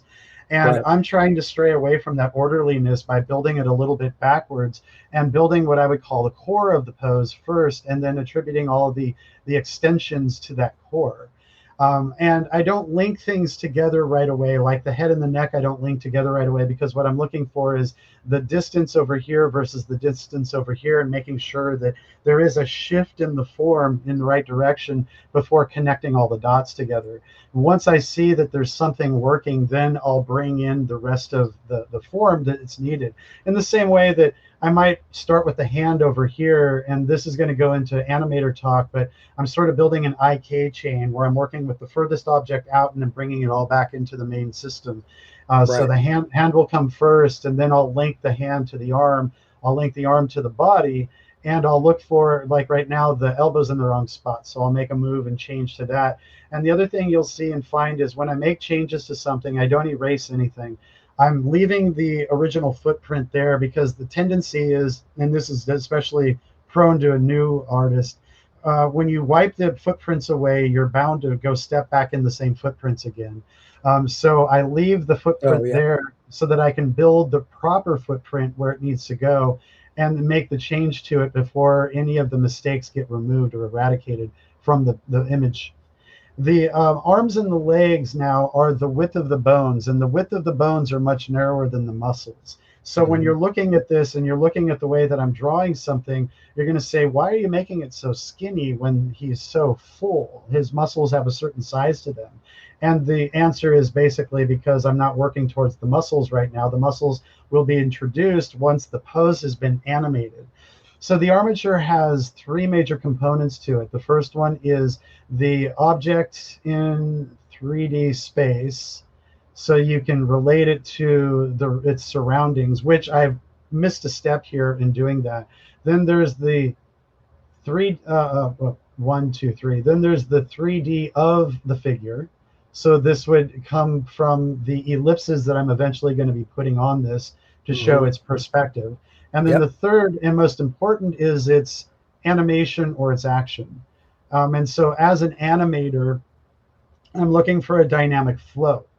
As an actor, because this is also something that we should all study, is especially if you're going to do comics or storyboards, you should probably take an acting course so that you learn what physical acting is and what emotional acting is, to be able to attribute those to the drawings that you're building. Because without both of those skills, you're still going to have to do a lot of revision with your director.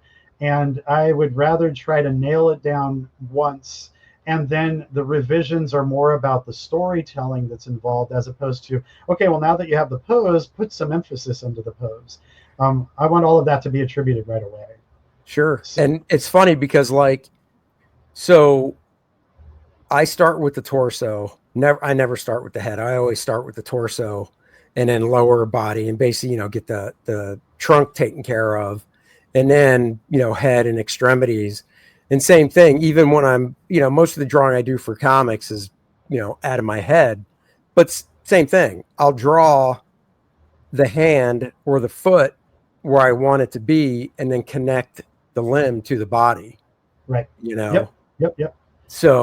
So it's, yeah, I totally get everything you're saying. I guess the only difference is, so far, is when I'm drawing for comics, if I'm drawing a hero type figure, this, all the basic shapes and stuff are already exaggerated to the point to where, if the drawing you're doing now was, say, like a hero, like a Superman or somebody like that, you'd be able to tell at this stage, just from those basics, because of how big and exaggerated I would make those shapes. Right. Right. Absolutely. So in the more advanced armature, that's exactly it. So Yeah, you're his girth would exaggerating it. already be there. Right, And, exactly. Yeah. and even some of the cut lines would already be there. Like we would throw in the pectoralis cuts, and we would have Yep. the trapezius cuts and the clavicles, and you'd Yep. be able to see where things are poised in the pose, for the sake of, because what we're doing at that point when we're building something for entertainment, there isn't just this need to draw the picture, but there's also this need for showcasing the expression and the Hmm. feeling. And part of that is in who the actor is, Right. and they're going to display that in their own right. But we don't have a chance to, like, we have to do all of this in a drawing. So we don't get the physicality in our own form. We have to express it here on the page. So this process of learning the figure has to do with building up the chops for knowing that the first thing you're looking for is the dynamic action. And then building the details on top of that, where the beginner mind starts with the detail, right? It's like, I'm going to start with this eyeball and then I'm going to work my way out from there. And it's like, yeah, but you lose so much from just starting at a detail unless you're proficient already. Right. And I also think a lot of beginners, and I always try and stress this, and I use the analogy of a house, they don't want to start with this basic stuff that you're showing. And I tell them, I go, you have to get the foundation and the basics correct, because, and this is where the house comes in. I go, you look at a house, you don't see the wood framing, but it's there. If it wasn't there, it wouldn't stand up. You've got, and you wouldn't have the proper structure. And that's why, like, when you look at some beginner artists, sketchbooks and stuff, or just drawings, pages for me in my world, when portfolios are shown, the limbs will, or the outlines will kind of cut in where it shouldn't cut in, or bow out or something. And it's because they don't have the foundation underneath, the basic shapes and stuff which you're showing worked out properly. Because if you get those worked out properly, then the anatomy really is, it's important. You need to know the anatomy. And this is where I talk about Jack Kirby. Jack Kirby, when he first started out, you could see he knew anatomy. But when he went back to Marvel, especially with, Fantastic Four, when he went back to Marvel and he really got stylized with blocky shapes and, the squiggles and stuff, he was really kind of like going, you know what? I need to draw fast. Do I need anatomy, or can I just make a figure out of basic shapes and then add some stylized stuff over top? Absolutely. And he did. And I did a video on my channel a few weeks ago where I took Jack Kirby and I took some of his drawings and drew over top of them and said, I can put my anatomy on top of this, no problem, and it'll work. But Jack was like, I got to draw fast. So I'm just going to skip that anatomy part. I know it good enough, Totally. And that's the whole thing about learning your foundation.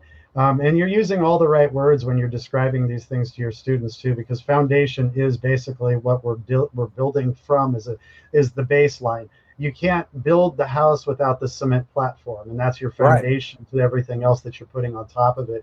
And that's an analogy that I use, that I've also heard from several teachers. And we, like, in any kind of, like, if you were to, in order to build a car, you would need the frame. The frame is the foundation. Everything is built into. All of these different industries have a foundation to it. And when you're sort of investing in a group of people, it's nice to know what their trade is, so that you can relate their trade to the thing that you're trying to show them. Because it really does help close the gap on how they're going to figure these things out. Because there is sort of a mystery to a lot of these crafts that we do. And if you come in just expressing the craft without getting deeper into it, and deeper into it would just basically mean make this simple for the common person to understand. Now, see, here's one thing you're doing that I really think is cool, is on the legs, the cube shape at the end of the femur, for instance, and then at the top of the lower leg bones. So here's the thing. When I went to the Kubert school, we had to learn the names of the major bones, not the tiny ones, the major ones, femur, stuff like that, tibula, fibula. That was 30 some years ago. I know the major ones, but I still couldn't tell you, like, the lower leg. I know it has two bones. I don't know which is which. Right. Yeah. But I like how you're constructing it and showing the kneecap, because one of the things I try to impress too is about the bony landmarks and stuff. Correct. Correct. Which everybody has. And of course you say that, and then there's a smart ass that goes, oh yeah, well, I've seen my 600-pound life and I can't see any bony landmarks. And it's like, okay, jokester, I know what you're saying, but we're not talking about that extreme. Right.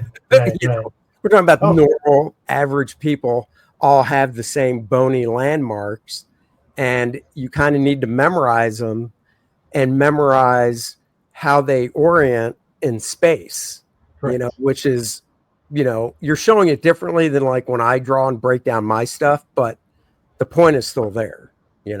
Oh yeah, absolutely. So the whole idea with muscles is that you need to know where the anchors are, and the anchors are the Right. bones. And if you don't Yep. have an idea of where the bones sit in relationship to one another, then anchoring the muscles down is guesswork. Right. And when I was first learning how to break into comics, one of the things that was lacking in me is the anatomy structure. I had the Bridgman book. I had Yep. I had all the major anatomy books that you were supposed to have at that time. And the problem was I had no fundamental understanding of how to get through those books properly to memorize all of it. So Right. it was sort of like, okay, well, today's pose is going to be a guy jumping out of a window. So I'm going to go grab all the books that I need that would show me the stuff that's necessary for that. And that's basically the way I would do it, which I know there are other people who do it that way as well. It's like information at the moment for the sake of the need. And then otherwise, it's just a book on the shelf that I can maybe eventually get to and study from. But work is first, and I need to get Yeah. around all the work first. So the second stage of this process is the skeleton, which is what I Yep. just went through there.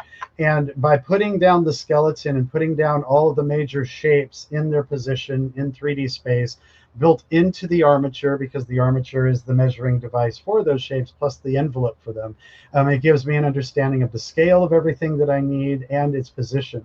So in things like the elbow over here, I have what are called the epicondyles, and that's the little points that are on both sides of the bone here. And Yep. those are the perspective guide. That's going to show me where the extensors and the flexors are attached. So I know exactly Yep. how to stack those into the form. And without those, just like at the knee, having the end of the femur block built, the top of the tibia block built, and then the kneecap in reference to both of those bones to understand their alignment to one another helps again with being able to put the bones in where they need to go in their correct orientation, Yeah. which I'm also making subtle changes to. And again, changes I make as I need to, and I don't erase the previous so I don't repeat the same problem that I started with in the first place. And if you eradicate everything from the space, then you're starting all over with having to guess at where the problem can be solved or how to solve that problem. And I'd rather not have to do this layered guesswork over and over and over again. It's just let's just move forward, keep going, and kind of like a freestyle rapper. You if you mess up along the way, you don't stop the song and go, oops, let me start over again. You Right. You have just to keep just going. kind of blast straight through it as if nothing had ever happened. And if you're as good as you need to be, no one's going to remember the mistake. And in Right. fact, some of them probably won't even hear it. In the same way that if I'm drawing a picture and I make a mistake along the way, I'm not going to be like, oh no, I screwed up. Let me start all over again. I'm just going to keep moving through. And you may have seen the mistake, but like this knee was in the wrong angle at the femur bone. But I'm going to just add to it. I'm going to attribute the correct orientation to it as I'm moving forward so that when I do the next stage, all the information gets layered on top of it in the appropriate way. Right. Um, and the end result is really what matters anyway. It's not the steps that got you there and the problems that you encountered in those stages, Right. um, which is, again, coming back to performance. It is performative. You're built in right now, since we are entertaining people with a podcast. There is a little bit of performance attributed to all of this, and there's no time to stop and recognize the errors and make light of them or anything else. It's like keep moving forward. We have a time limit here. Yep. And anyway, this is the same thing with drawing a picture. You start with something, you get to that something, you evaluate that something, you make changes to that something, and then you end up with your end results. Yeah. So the écorché is the next thing that I'm adding, and the écorché is just basically a French word for the skinned figure, where you're seeing all the layers underneath the figure, underneath the skin, and that's basically how I build. And this is how I teach my anatomy class. I have a class on CGMA, and people are like, "Yeah, I can't wait to take this class," and then they take the class, and they're like, "Oh my God, why am I taking this class? This is crazy." Some of them are, because it's like, aren't we going to go muscles one by one? Well, we are, but you're also putting them back in the pose, because to me, what I find a waste of time is learning all those muscles independently of each other and never attributing them to the situation. Right. And so you're never getting a good opportunity to really learn how to use those muscles. But you definitely know a bunch of names now, and that's cool. Trivial Pursuit away, but Right. there's nothing useful from that Trivial Pursuit experience. Yeah, I don't think we had to actually learn the name of the muscles. Thank God. Or if we did, I forgot. I mean, once Yeah, again, I know the big ones. I know the ones that matter, you know. right. And the name doesn't necessarily matter so much. Well, no. Although I will say this, there's this thing called Gestalt thinking, and in Gestalt thinking, one little thing is a trigger for everything else. And Right. in the naming convention of a muscle, when you know the name of the muscle and you've studied the muscle well enough, well, that triggers everything else. What it's anchored to, what its origin is, what its insertion is, what its neighboring muscles are, and what its function is, and how it's developed through the usage and the function of it. All of that information is attributed to the name. So by knowing that I'm now building the gastrocnemius, then the soleus, then the flexor longus, and then the Right. tibialis anterior on this side, I have an understanding of what their functions are. So it also helps me understand how to place it, how to space it, how to group it, how to assign it to the muscle groupings that are in each of these particular areas, so that there's a purpose and a meaning to it. Which at the same time is, okay, so what is its action? Is it flexing? So if it is, then the bicep needs to be flexing here and the extensor needs to be Right. extended. If I bubble up both of them, then I have that amateur comic book where every muscle is flexed all at once and the person looks like they're straining to get something out of their system, as Right. opposed to actually like standing there like a normal human being.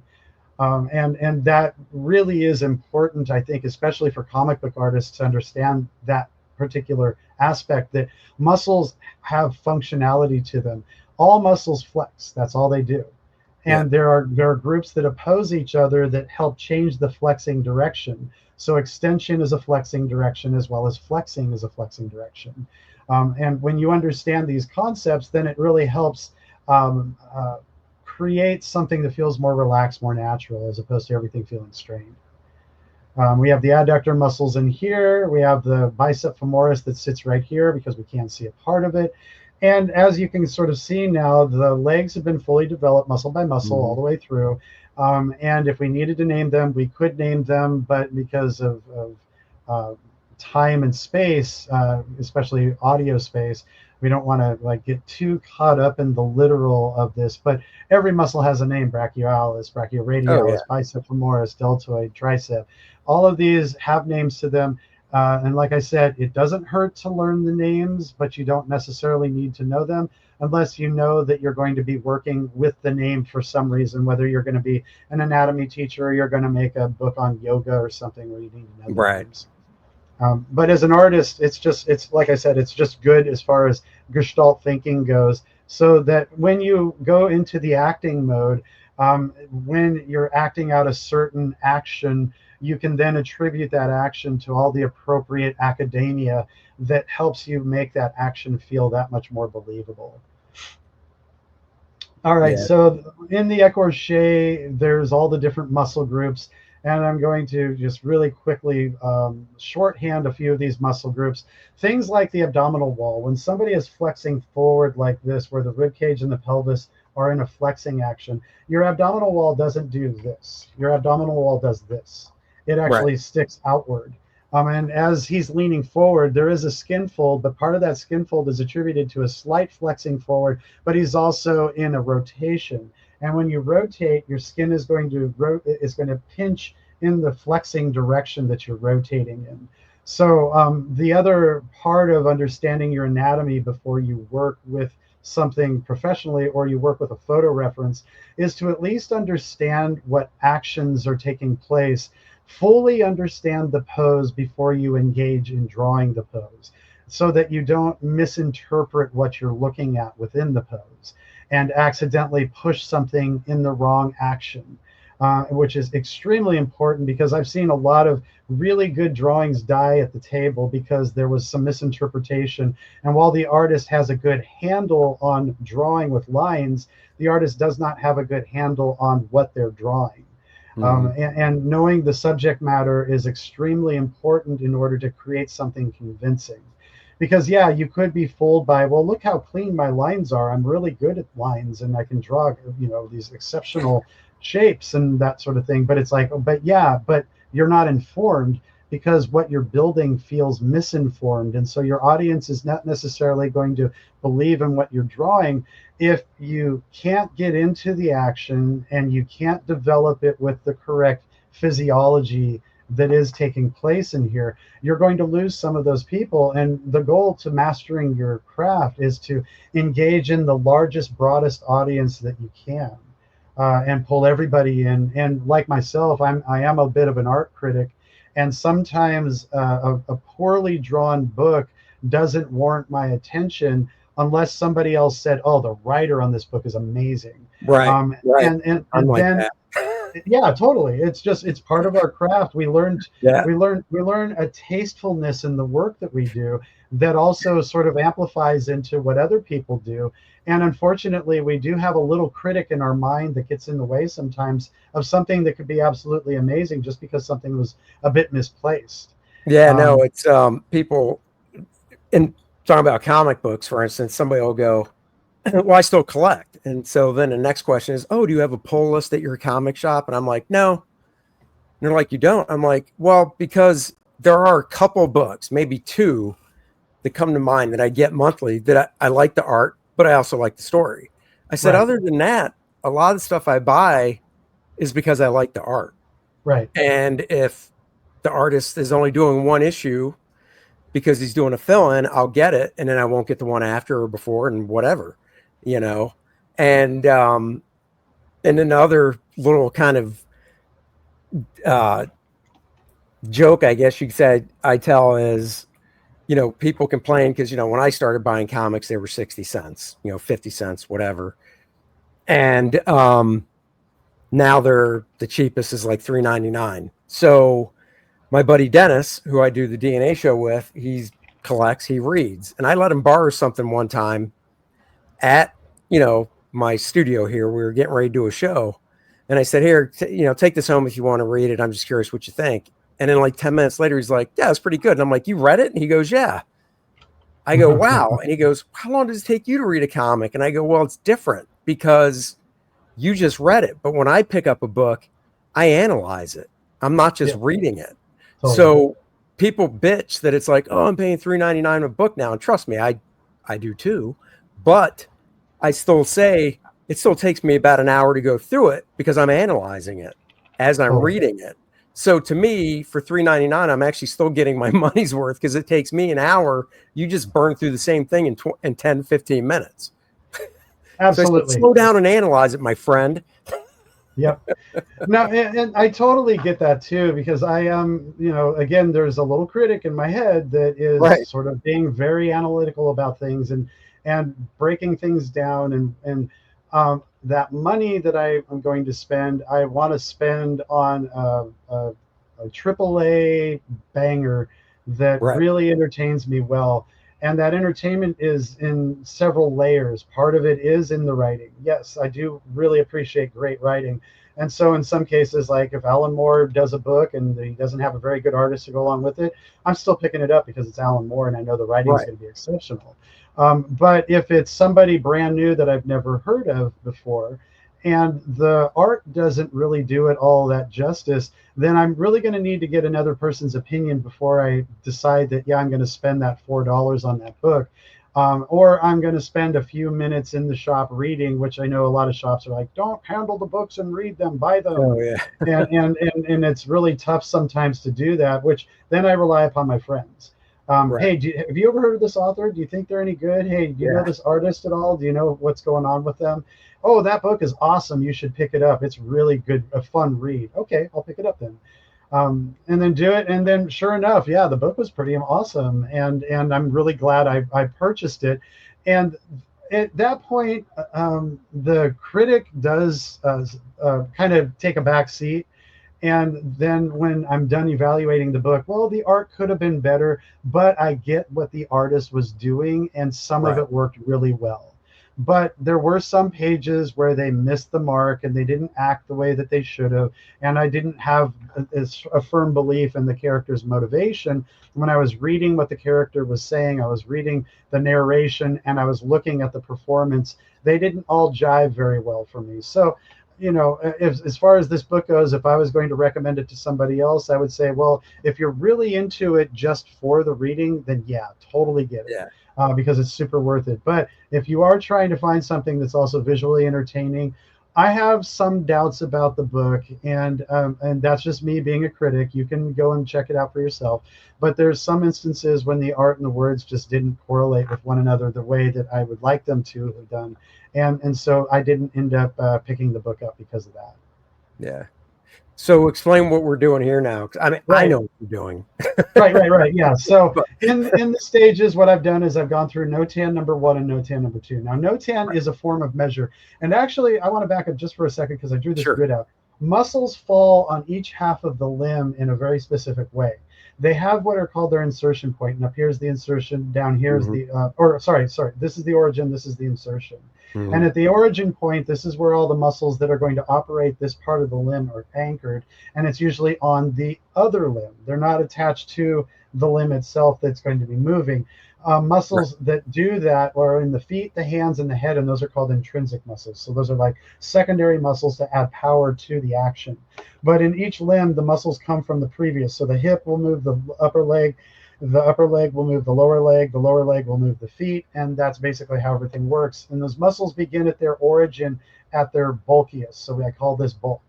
Then they start to taper down and slenderize down into the tendinous portion, and the tendon portion is all bone and tendon. So bulk, tapering, and tendon. And that's Mhm. the upper leg, the lower leg, the upper arm, the lower arm, with a few muscle exceptions. That's how every part of our extremities are built. And by knowing this, then, and when you first initially draw your armature, divide that into thirds so that you can then very quickly go, okay, well, this is the way that the muscles need to sit on the lower leg. Mhm. When you build the upper leg and it's foreshortened, then I'll foreshorten it even more than the drawing is. I'll break this into thirds here so that I can see those same partitions. The bulk is here, the tapering is here, the tendon is here. So it allows me to create the correct kind of volume in a foreshortened way without stressing about, well, what muscles go here and how are they Right. supposed to look. It just gives me an instant cheat sheet to put things in the correct orientation and within the correct volume to get them right. Now going back into what I'm building, I've started with NOTAN 1. NOTAN is a Japanese word that means light, dark, and its relationship. And so it's kind of a form of measure is what it is. And the word NOTAN is the measuring system. So you're judging how light the light is against how dark the dark is.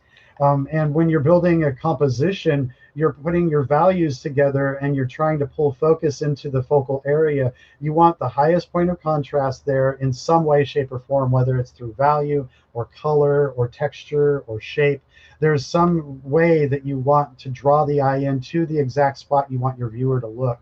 And there are ways of controlling that.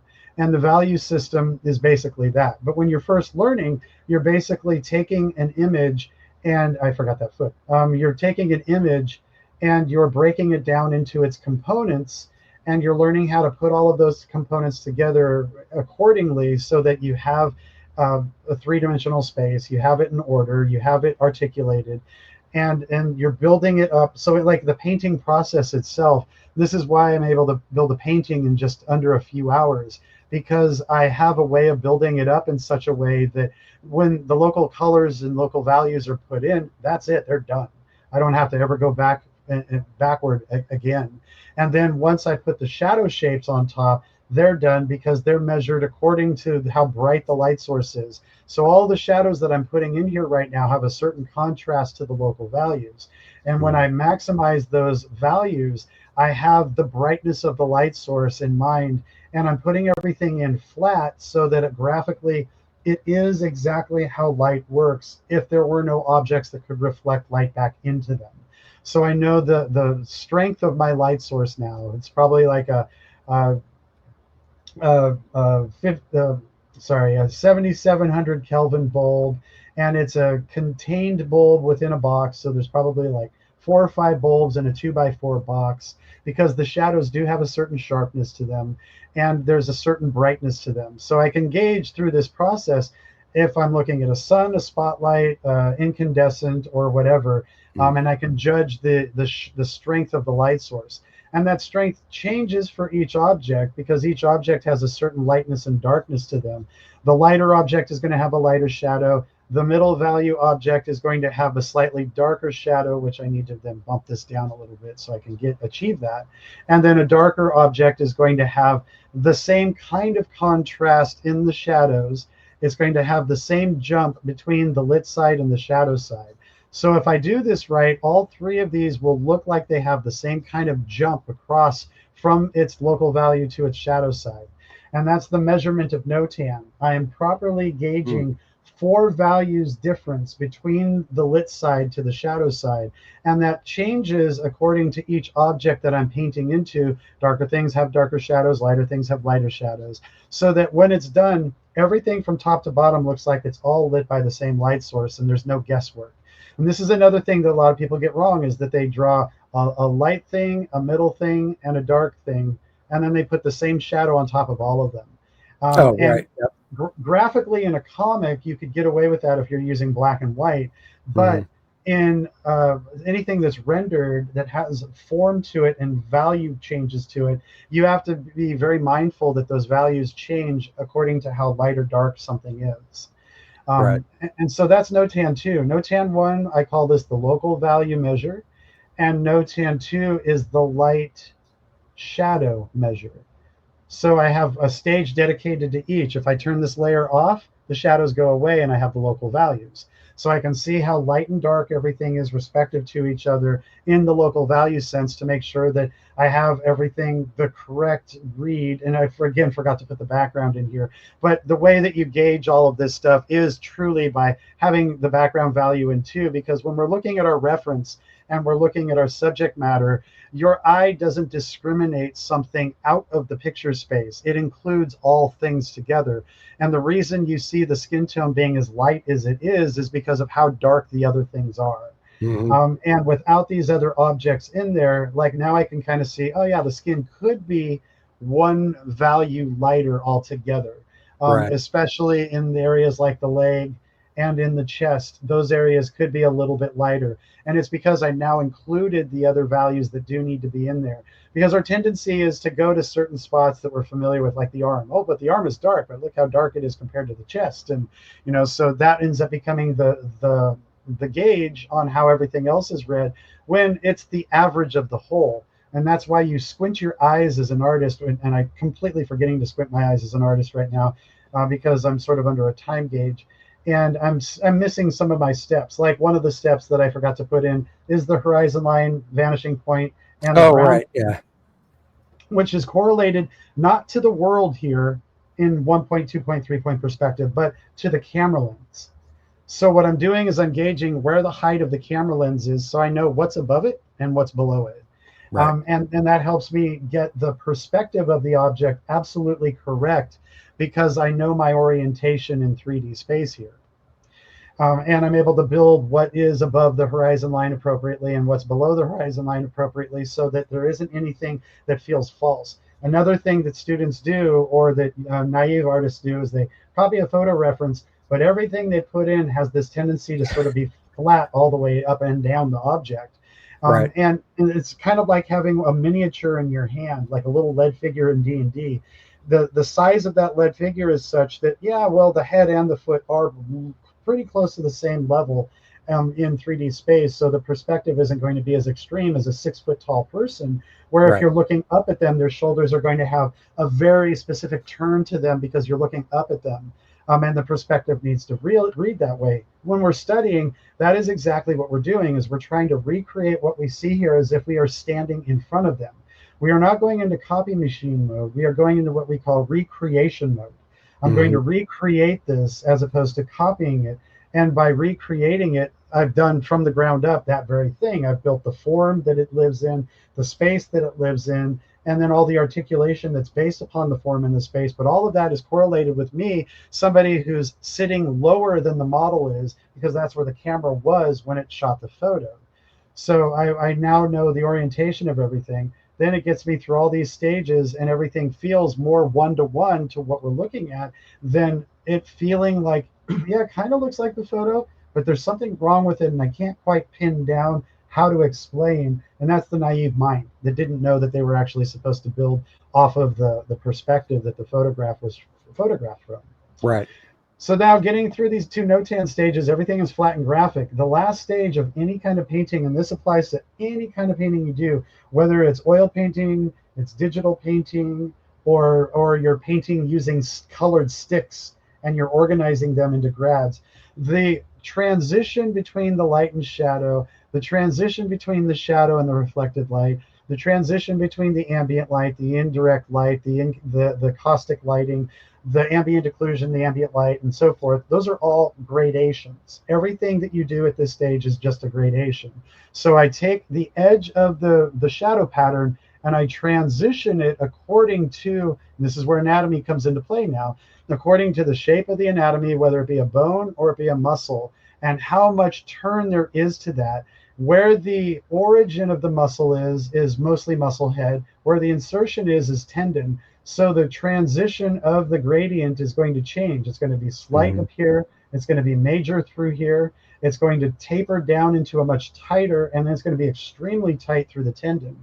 So the gradient changes all throughout. And then there's also the muscles, or the striations of the muscles within each muscle head, that in this case, like right in here, we can see a few striations in the vastus lateralis, and that's causing a few extra divots to occur within that. But for now, I'm going to ignore those particulars, and I'm going to pull the bigger transition across the form so that we can see things begin to turn before I start adding the little nuances, which are going to be very easy to apply to what's already here. So these have tighter transitions along here. This has a broader transition through here. And then when we get to this side, these have broader transitions up around where the muscle heads are, where the muscle head tapers through here. It gets tighter in here. It gets tighter down here. This is a broad transition through here because not only is it going over one muscle, it's going over two muscle groups. So it's combining both of those into the same transition. This transition's tapering off this way. This transitions around the calf muscle group this way. There's a form shadow on this side that's appearing because the light is above and not below. So I'll put that in. And then, so there's also we have a cylinder. We have what's called the terminator. That's where light and dark meet each other, or the light and shadow meet each other. So everything on the terminator to the right is going to be all shadow. Everything terminator to the left is all light. Then we have a few gradations that we work with. We have the one that's along this edge. We have the one that's on this edge going inward. We have the one that's on this edge going lightward. We have the one that's on this edge going inward. And then we have the big one going from this to this downward through all of them. So you have a large gradation, and you have these smaller sub-gradations that you're dealing with. So I've already built all my light gradations. Now I'm working inward to my dark gradations. I have one that's right here under the arm that's gradating down into the torso. I have one that's gradating from the terminator into the tricep and into the deltoid through here. I have the cast shadow under here, which is a different shadow, kind of shadow. All the other ones I'm building are form shadows. This one's a cast shadow. This one's a cast shadow. There's a small cast shadow on this foot right here that's going to be a lot sharper. Cast shadows have a tendency to be darker than form shadows because it's where the light isn't, and the light isn't projecting either. And where all these other objects are in form, so there are other things that are bouncing light back up into them. So there are going to be transitions and gradations within those spaces that we have to be able to manipulate and control. And this again comes down to, like, what are you working on? Are you working graphically, or are you working transitionally? Because if you're working in form, then you definitely need to understand all these subunits that you're dealing with. But if you're working graphically, like a black and white comic, you can get away with a shorthand that just basically kills everything into one. And you don't have to worry so much about all the reflections and that sort of thing. And then each small shape within each of these has small subsets of gradations and transitions. So I'm going back through this process of thinking about each and every one of these little shapes. Then we also have the edge of the forms, and these lead out into what are called islands. This is an island, this is an island, and these are shapes that aren't bound to a shadow pattern, but create their own shadow patterns. However, they are anchored to the halftones of the bigger forms. So this is anchored to the clavicle, this is anchored to the deltoid. We have a small island right here, but it is theoretically anchored to the split down the middle of the figure all through here. There are all these other smaller halftones, but a halftone does not go into the picture until the shadow tones are, because the shadow tone is what sets the precedence for how light and dark things are.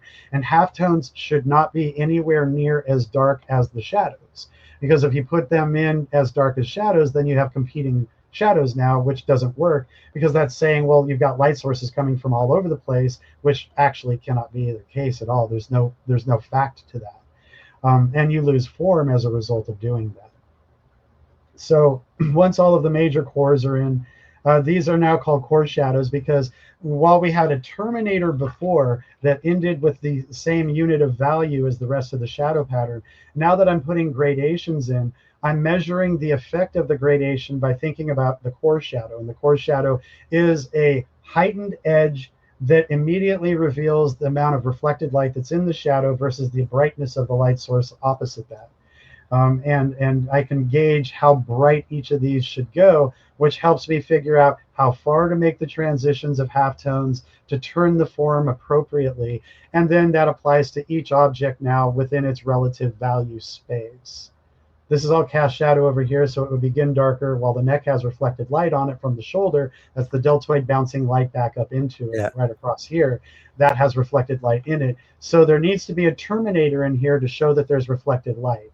And then I need to be mindful of how many terminators to actually build, because not everything is going to have one. Like this elbow has no terminator, or sorry, has no core shadow on it. But while I get up into the tricep and the deltoid especially, there's a greater core shadow taking place in those, because there is more bounce light coming from whatever is off stage over here, bouncing light back into the model.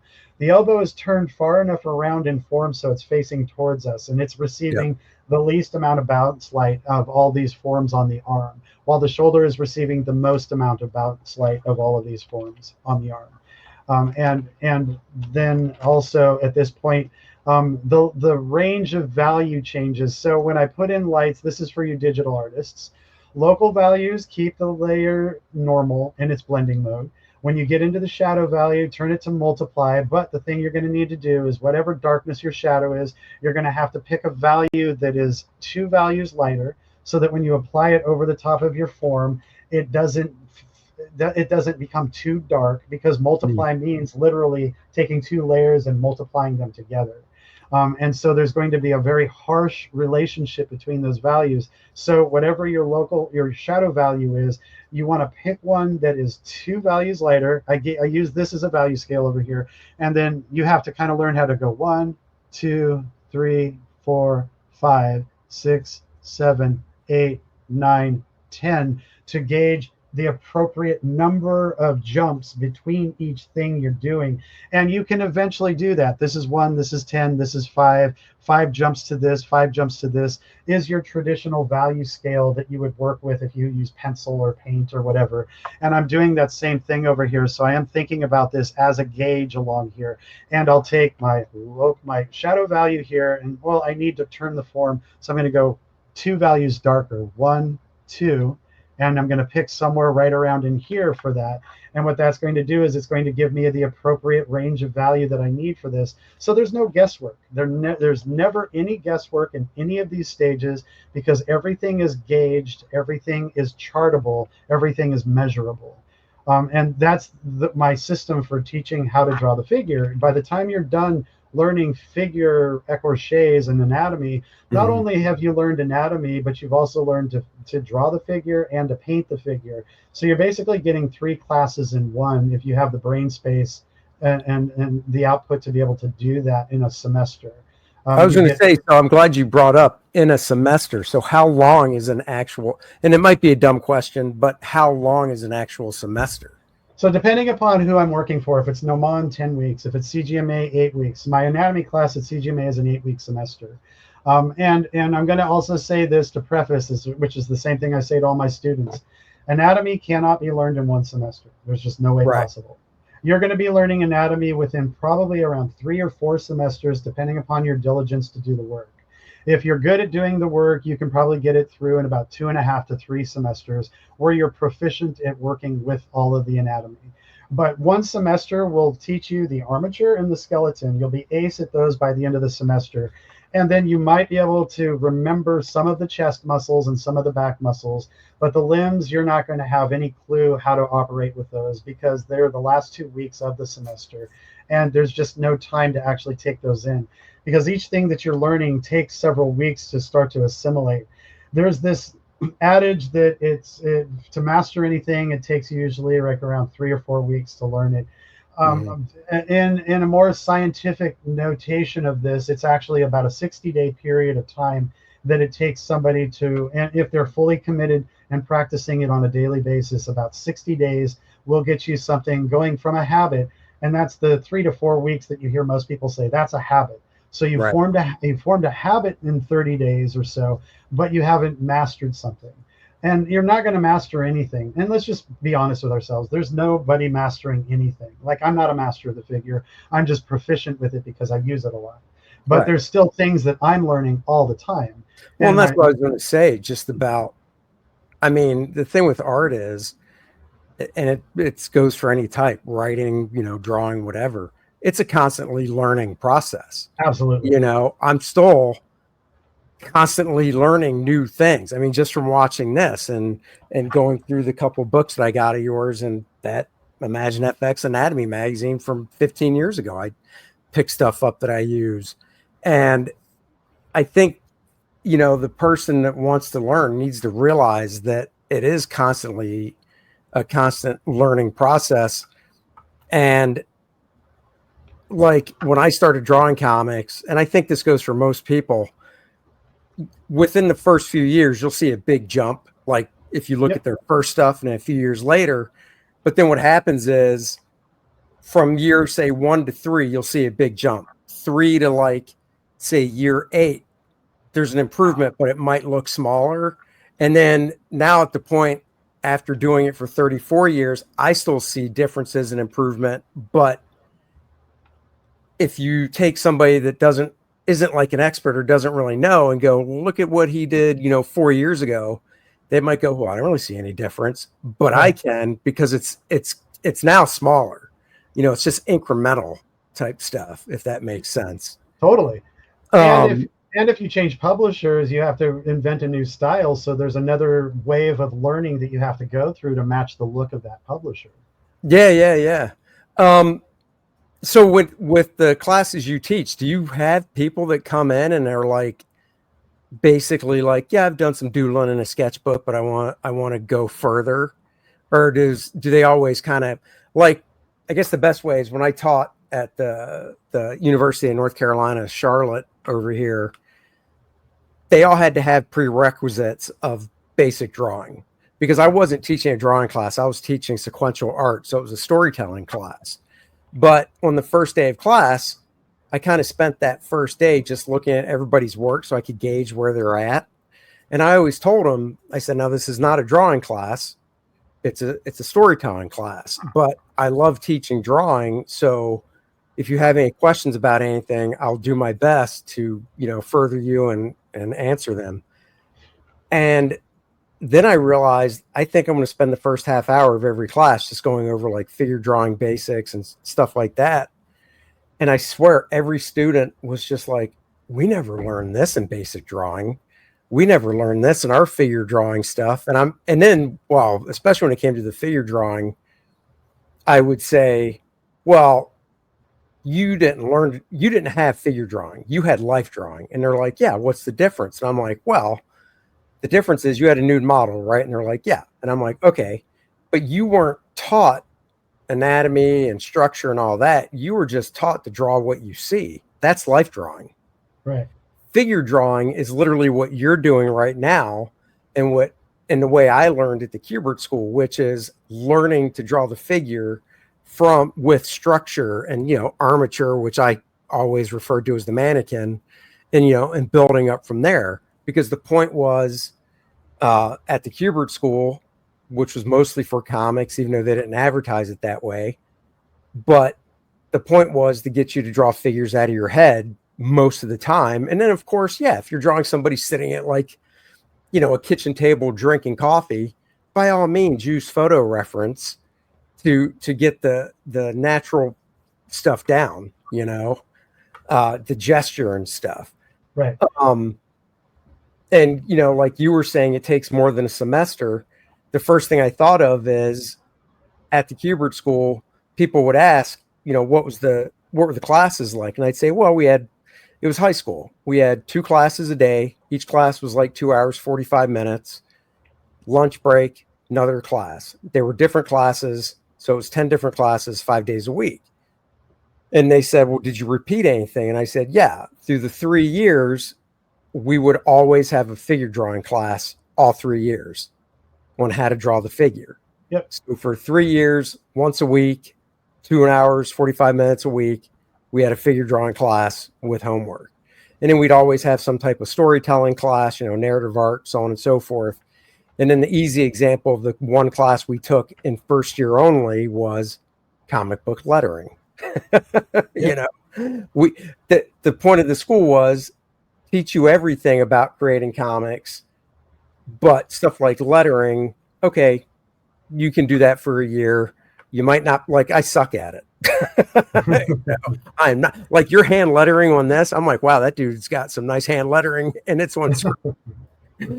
But so that's what I was talking about. Now you're doing some drapery stuff, because I saw pipes and stuff. You're talking about molds. So to answer the question that you gave, I have all types of students come in. My CGMA classes, because they're entertainment tracked classes, I get professionals that come in there, and I get amateurs, and I get students, and I get hobbyists. There's the whole range. And I don't really preface that it's for one or the other, especially the figure and the drapery class that I teach. Although it's nice to go through my figure class first before you start the drapery class, because we use the same armature, we use all the same subsets of tools. And by going through the figure class first, you at least understand the language that you're now going to have to learn how to speak in this other class. And this other class isn't going to be focusing on the figure per se. It's going to be focusing on the architecture of the drapery. And if you know the language already, then you're just going to be able to move through it a little bit easier. But so it's a whole range of students. And I try to make it as user-friendly as possible. Like, I can teach a child how to draw the figure as much as I can teach a professional. One of the other schools I also work for, it's not actually a school, it's called TAG, and it's the Screen Actors Guild version for all of the art directors and the artists in Hollywood. And so I teach the Hollywood teams how to, improve on their skills, because you would think, okay, as concept artists should know concept art and figure drawing and all that already. But there are some people who came from certain schools that didn't really teach them those foundations, but they were just creatively really good at what they did. So they got into Hollywood because of their creativity, but then they need to polish up on their skills. And then when you don't go to school for a long time and you just do your work, there is a tendency to forget all the terms and forget the process because you've developed your own. And in order to improve your own, you kind of need to go back to the basics to kind of remember what you forgot, what you left off, what you could like, or just because you're learning from somebody different than who you learned from, maybe another way of hearing it and seeing it that helps you improve in your own way. And so I get all types like that in those particular classes. They also take my CGMA classes. So there's a girl in my class right now who works in Australia for Marvel. And she's doing, she works live action. She's working on live action films out there. And she works at Weta, and she also works for Marvel as a freelancer.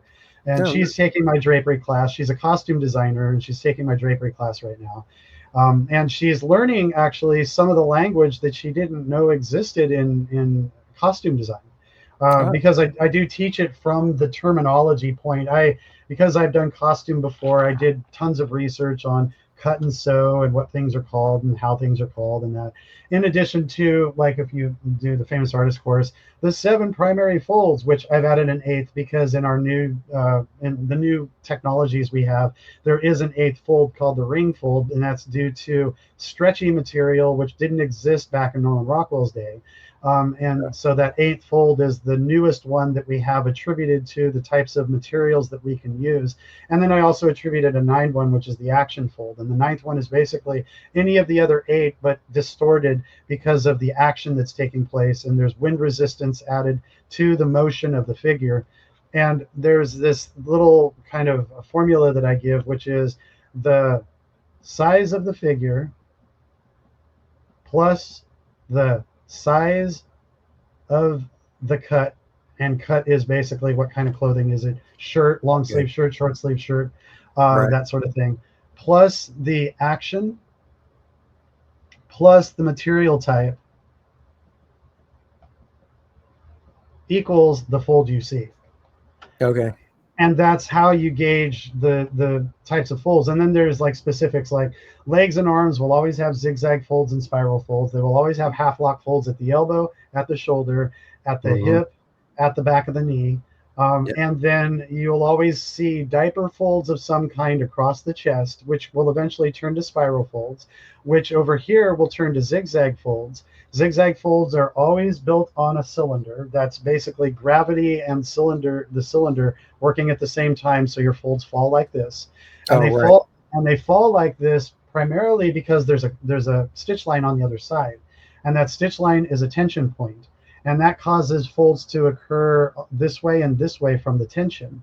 Then as it drops in gravity or it gathers, it's going to form these triangles, which are then going to form triangles, which are then going to form triangles. And that's how you end up with zigzag folds. Spiral folds are zigzag folds spun, because as you're moving your body, those zigzag folds are now doing this and rotating with the action.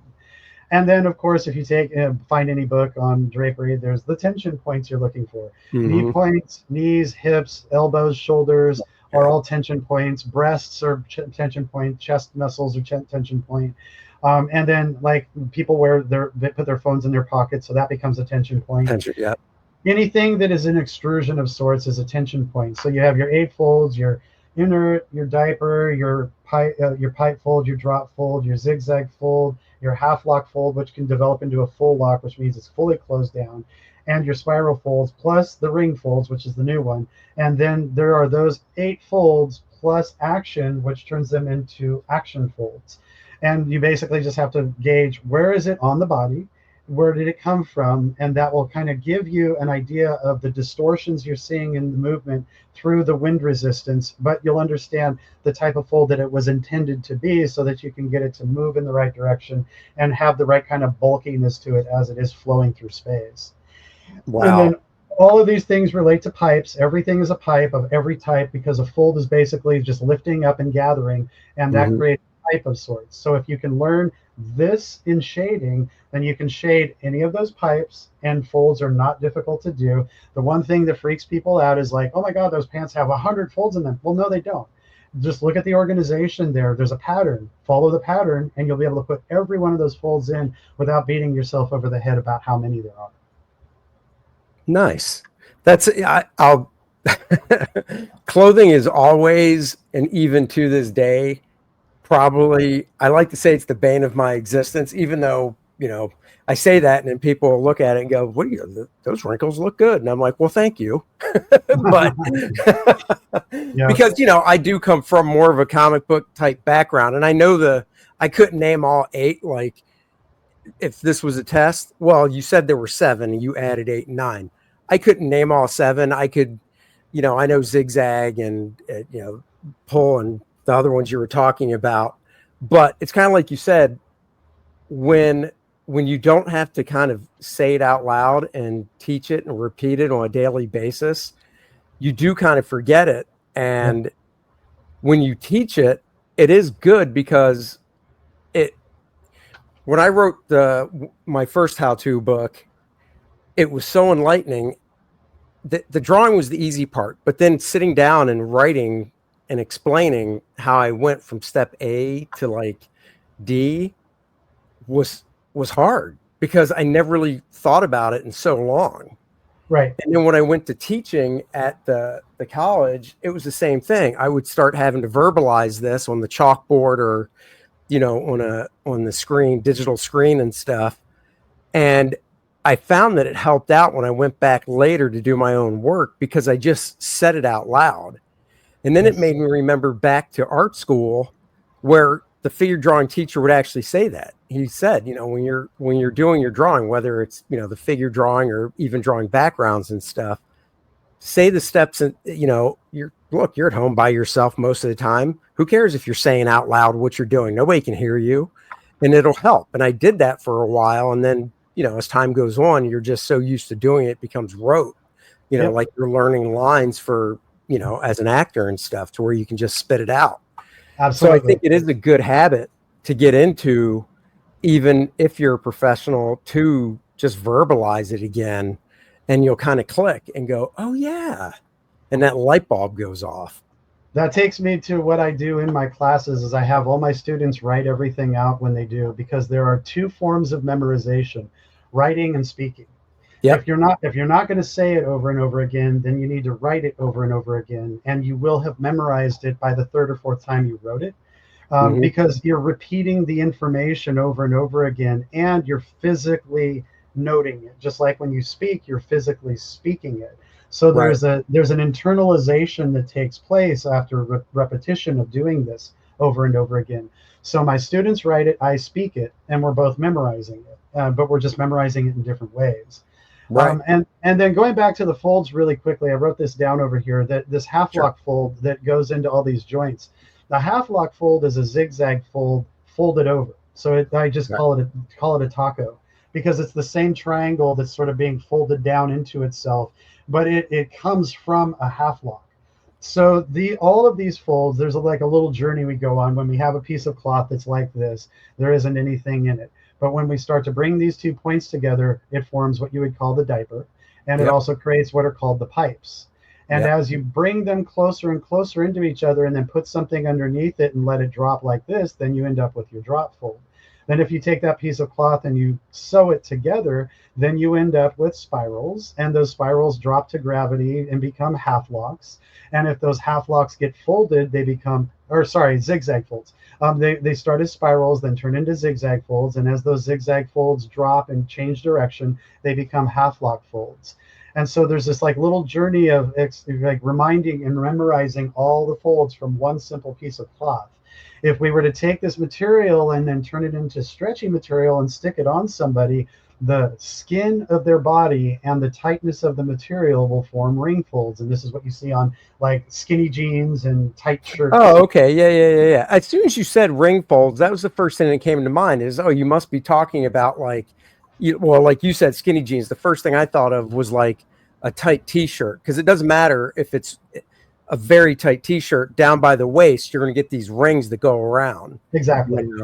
Yep. So, on those skinny jeans, the ring folds form under and above the kneecap and at your hip, because these are the places where you flex, and any flex point is going to create tension, which is going to snap back, and it's the snap back that causes all these folds to form. When anybody stands up from sitting down wearing skinny jeans, they will all go to their ankles and pull the pant leg down. Yeah, they get up and they push right above the knees, so they don't have to bend all the way down. They'll do that push down. Yep, totally. And they're getting rid of all the gathering that happened when they were seated. So that's the 8th fold, and that's like I hope that I've helped introduce this into. There's a few things in the teaching that I've done that I think I've contributed to teaching. One of them is in this drapery thing, being able to identify the newer folds, and then bringing the language of that in so that we have 8 folds now. And in color theory, attributing the Kelvin chart to color theory was never a thing before. This was never taught by anybody, but my original color, the guy I studied from, my mentor, he had studied under a famous painter in Spain called Sorolla. And Sorolla was the painter of the true painter of sunlight. He and Monet were the sort of like the science-minded painters who learned how to use pigments outdoors and paint the sunlight. they were the first to actually achieve this in great success that has inspired all of us to do the same thing since. And like Sargent went to study with Sorolla so he could learn his sunlight because he was the master of sunlight. Just like Sargent also went to Monet to study sunlight because he also was a master of sunlight. And Sargent, Zorn, and Sorolla were the new impressionistic realists of their time. They were all three the same handling of paint, the same hand, but from different countries. And all the painters went and sought after those three painters to learn how to be more impressionable. So there's a lineage that comes from my mentor who taught me color from the science of color. And he spoke Spanish, so it was really hard for us to communicate because I wasn't very good at speaking Spanish. He could speak broken English, but it wasn't very good. And there were certain terms that we wrestled with each other about, like temperature. He never wanted to use in color theory because he said that's only attributed to cooking. And he never gave the correlation to temperature can mean warmer to cooler on the color wheel. He just that never clicked with him. But through the science, because as I was teaching color theory, I was one of those first to make the leap between digital and traditional. I coined the word tradigital a long time ago, and it's like using both together at the same time. Yeah. And at the same time, I also started attributing a lot of this because AR and VR were sort of also being played with back then. So there were a lot more documents and papers being written by the science community on the optics of our eyes and how we see things, truly see things. And if it weren't for VR and AR, we would still be in the same mundane space of understanding the eye, but having to kind of fool the eye into believing certain things, science had to be learned in order to connect all those dots together. So in those papers that I was reading, some of them would talk about the Kelvin chart and the Kelvin scale. And it's like, oh, what is that? So I went and looked that up. And it was like, oh my God, that's your sunlight and your skylight. That's how you gauge the temperature of how cool or how warm a light source is. And so any local color that you're going to use is going to have one or the other, depending upon the primary or the secondary light source. You're going to have the cool end of the Kelvin spectrum in the shadows. If you have a warm sunlight, you're going to have the warm end of the Kelvin spectrum on the sunlight side. So it's not just the hue, the value, and the chroma. It's hue, value, chroma, temperature. And that's the fourth attribute that has never really been in any color theory before. It's talked about in part in books, but it's never been explained. And some of the other color theorists that I studied with also did not have this as an explanation at all. They all use the word color for what you paint on the form. And it's like, but color is like what my tube is and all these other things. And this is like a really confusing language. If we can have like a separation of these things, we would all be able to have an easier conversation about how color theory actually works. And you have to include the light sources, because if you don't include the light sources and the color of that light source, you're still not going to get something to look truly realistic as if it were lit. You'll get what are called the local color, but a false color. It's more of a local color uninfluenced by any temperature of light. And that's what most people do when they first learn how to paint. They paint the red apple red, the green apple green, but it doesn't look like a green apple under a warm spotlight. Or a green apple under the blue skylight. And that aspect of the color is missing. And you need to include that as 4 properties of color theory as opposed to 3 properties of color theory, or you're still going to get it wrong no matter what you do. Yeah, I guess I always thought I'm going to pull that down because we're going to start wrapping it up. It's been 2 hours and 20 minutes. So, and I don't want to take too much of your time. But so it's funny because you explain stuff like that. And I'm not, I've painted some. They're not great. I got no problem saying that. It's one of those things I wish I had the time to do, but I don't. But when you mentioned about, if you're painting a red and green apple, and beginners will be like, oh, it's red and this one's green. But there's no unifying color. And that's how that's basically how I see it, is like, if it's a blue light, there's going to be blue in everything. If it's a yellow light, there's going to be yellow in everything. And it's not saying you can push that to an extreme. And an extreme example I like to give is, you see that scene in a movie where you're in a submarine and everything looks normal, kind of like it could be lit like I am now. But then, oh, it's an emergency, red lights go on, so everything is bathed in red. Right. And that's a unifying color. Now that's an extreme because you just look at it and go red. But if I had a red light coming down now, but it wasn't super extreme, there'd be a tint of red and everything. You know, so I get what you're saying. It's just I'm hearing it from you kind of differently. There but was I'm putting it together. There was a painter back in the 60s. They had these like how to paint oils books, these big giant books that are like 20 pages long. And I forget the author's name who did all of those. It's a whole series. One of those had color theory, and there was a painter who tried to do this in the 60s, and they called that temperature the mother color. Oh, okay. And so there's been this terminology floating around in the art world of the mother color.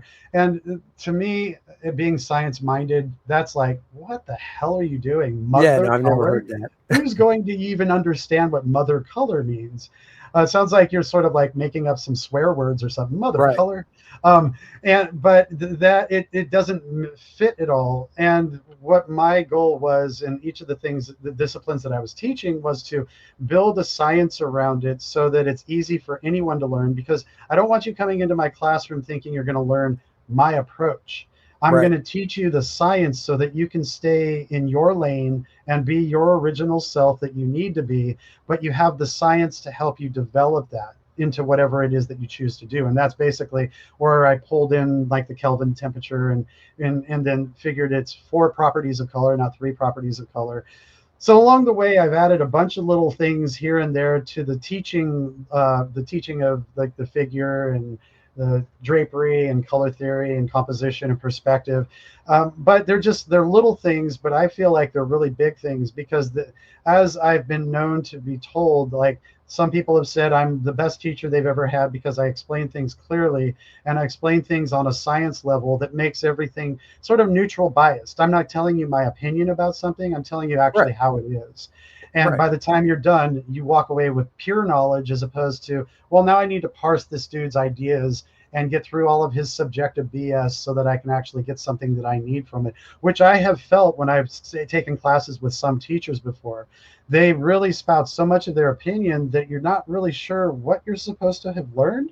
But because you're in the space and you spend 3 hours with this person every week, you're inherently going to learn something, whether you saw it or you heard it. And so you kind of walk away going, yeah, I kind of learned something out of that. But I want people to walk away absolutely knowing this, so they don't have to keep paying money to keep taking the class over and over and over until they actually learn something. I want them to get it right now. And that's kind of my shtick when I do explain things to people, is like, I am trying to push you through as fast as possible. I don't want you spending all of your fortunes on education. I want you to be able to get things right here, right now, as much as possible. So the amount of dedication you can give to me is equal to the amount of information that I give you. And by the end of the 8 weeks, you will be proficient in this thing that you do. That's really cool. Well, look, man, we're going to wrap it up. Man, I thank you so much for coming on and just showing that demo.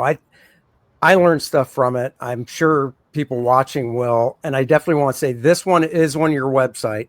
Yes. And I will link it in the description below, obviously, with your website. And then on your website, they can go to the mentoring section of it as well. And yeah, I think this was fantastic. If I could talk about this stuff forever.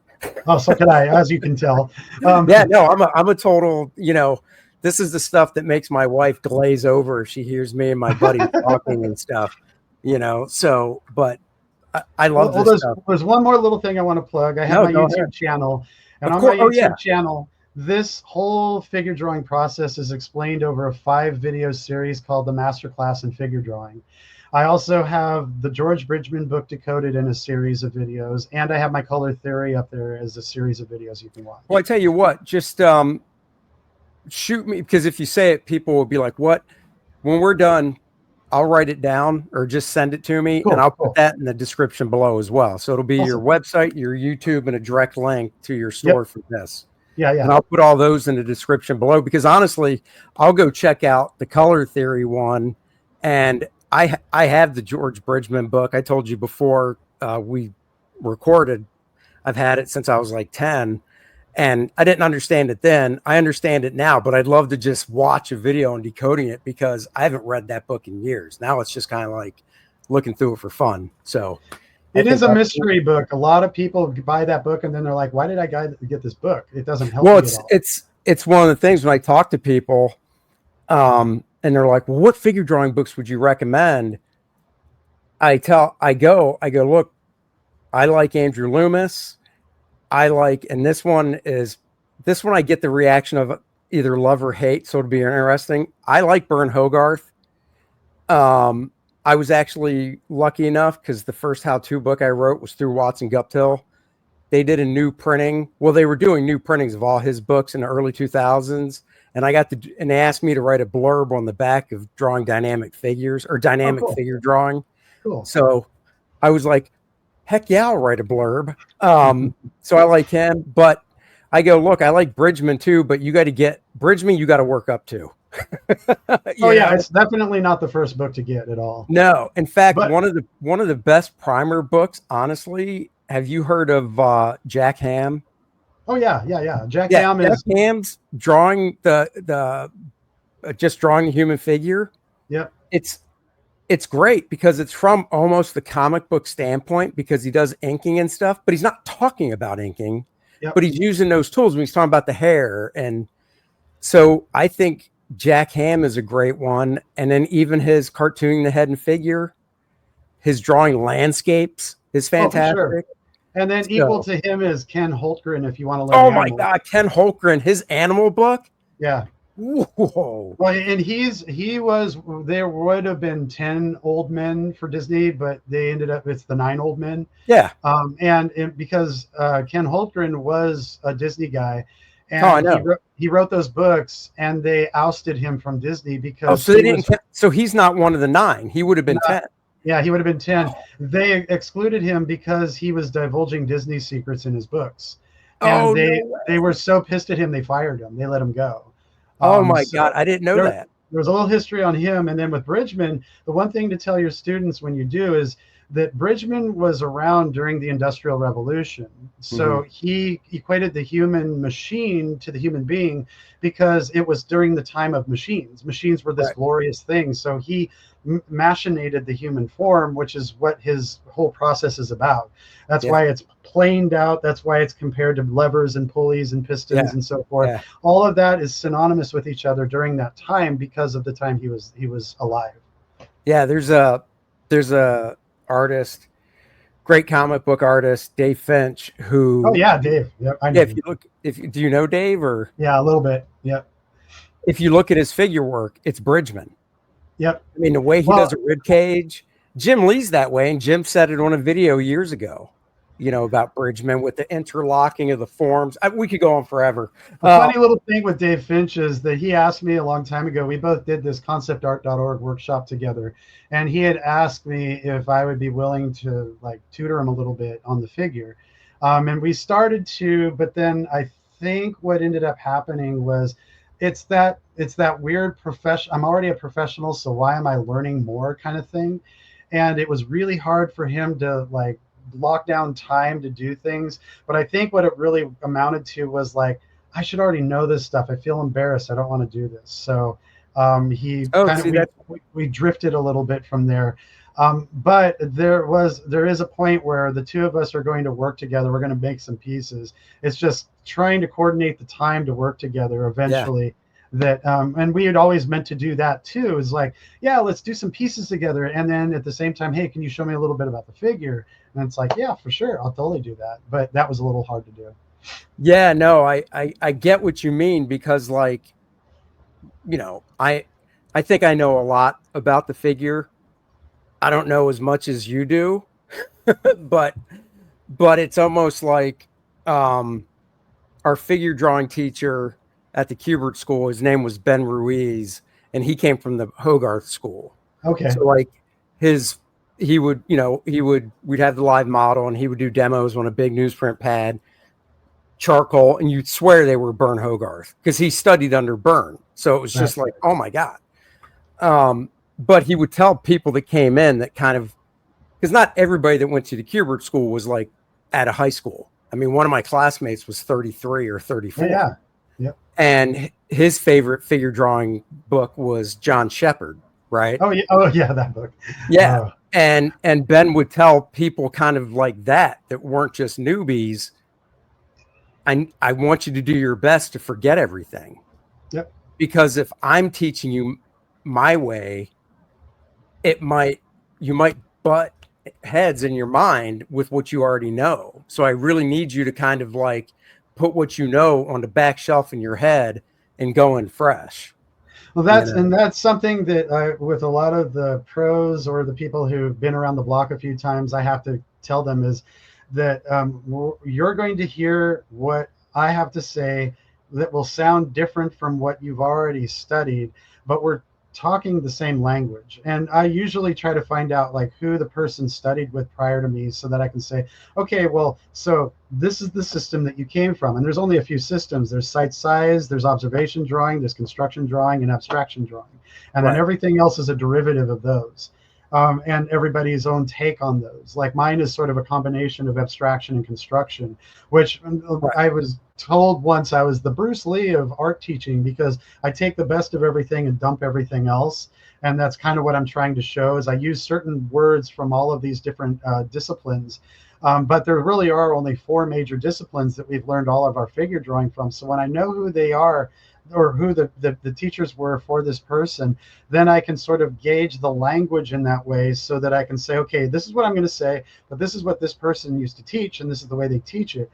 And I want you to hear both because I want you to know that what I'm saying does not conflict with this person. It's just explained a very different way. And when you understand that, then you're not going to, in your mind, keep coming back to me every week going, well, this is what Steve Houston told me, blah, blah, blah. And we get into these like headbutt arguments because it's just like, well, this person said this and you're telling me to do this. It's like, we are both saying the same thing. Right. And that's what I got from the very beginning of your demonstration with the construction and stuff. And then leading up to the bones and how you showed the bony landmarks, the way you do it, I do it differently, but it's the same thing. Right. Exactly. Yep. So yeah, I'm trying to build everything in geometry because everything form driven needs to relate to cube, cylinder, cone, that sort of thing. And when you can learn it in a simplified way in that respect, then you have something to start with. And if you really need it to be the exact shape, you can mold it from that particular form that you've been given. It can be sort of polished out of that form because I'm trying to match the shapes of the bones in their overall architecture, but I'm trying to simplify it for a geometry. That way, again, there's something that you can learn as opposed to something that's attributed to a Greek or Latin word that doesn't really have anything else attributed to it. That kind of makes it ambiguous for somebody to take in. Right. Well, cool, man. Well, look, guys, I hope you enjoyed this. I certainly did. And like I said, I did learn some stuff. And it really gets me pumped up to get back to the drawing board. So, Ron, thank you so much for imparting all that knowledge. I mean, that was fantastic.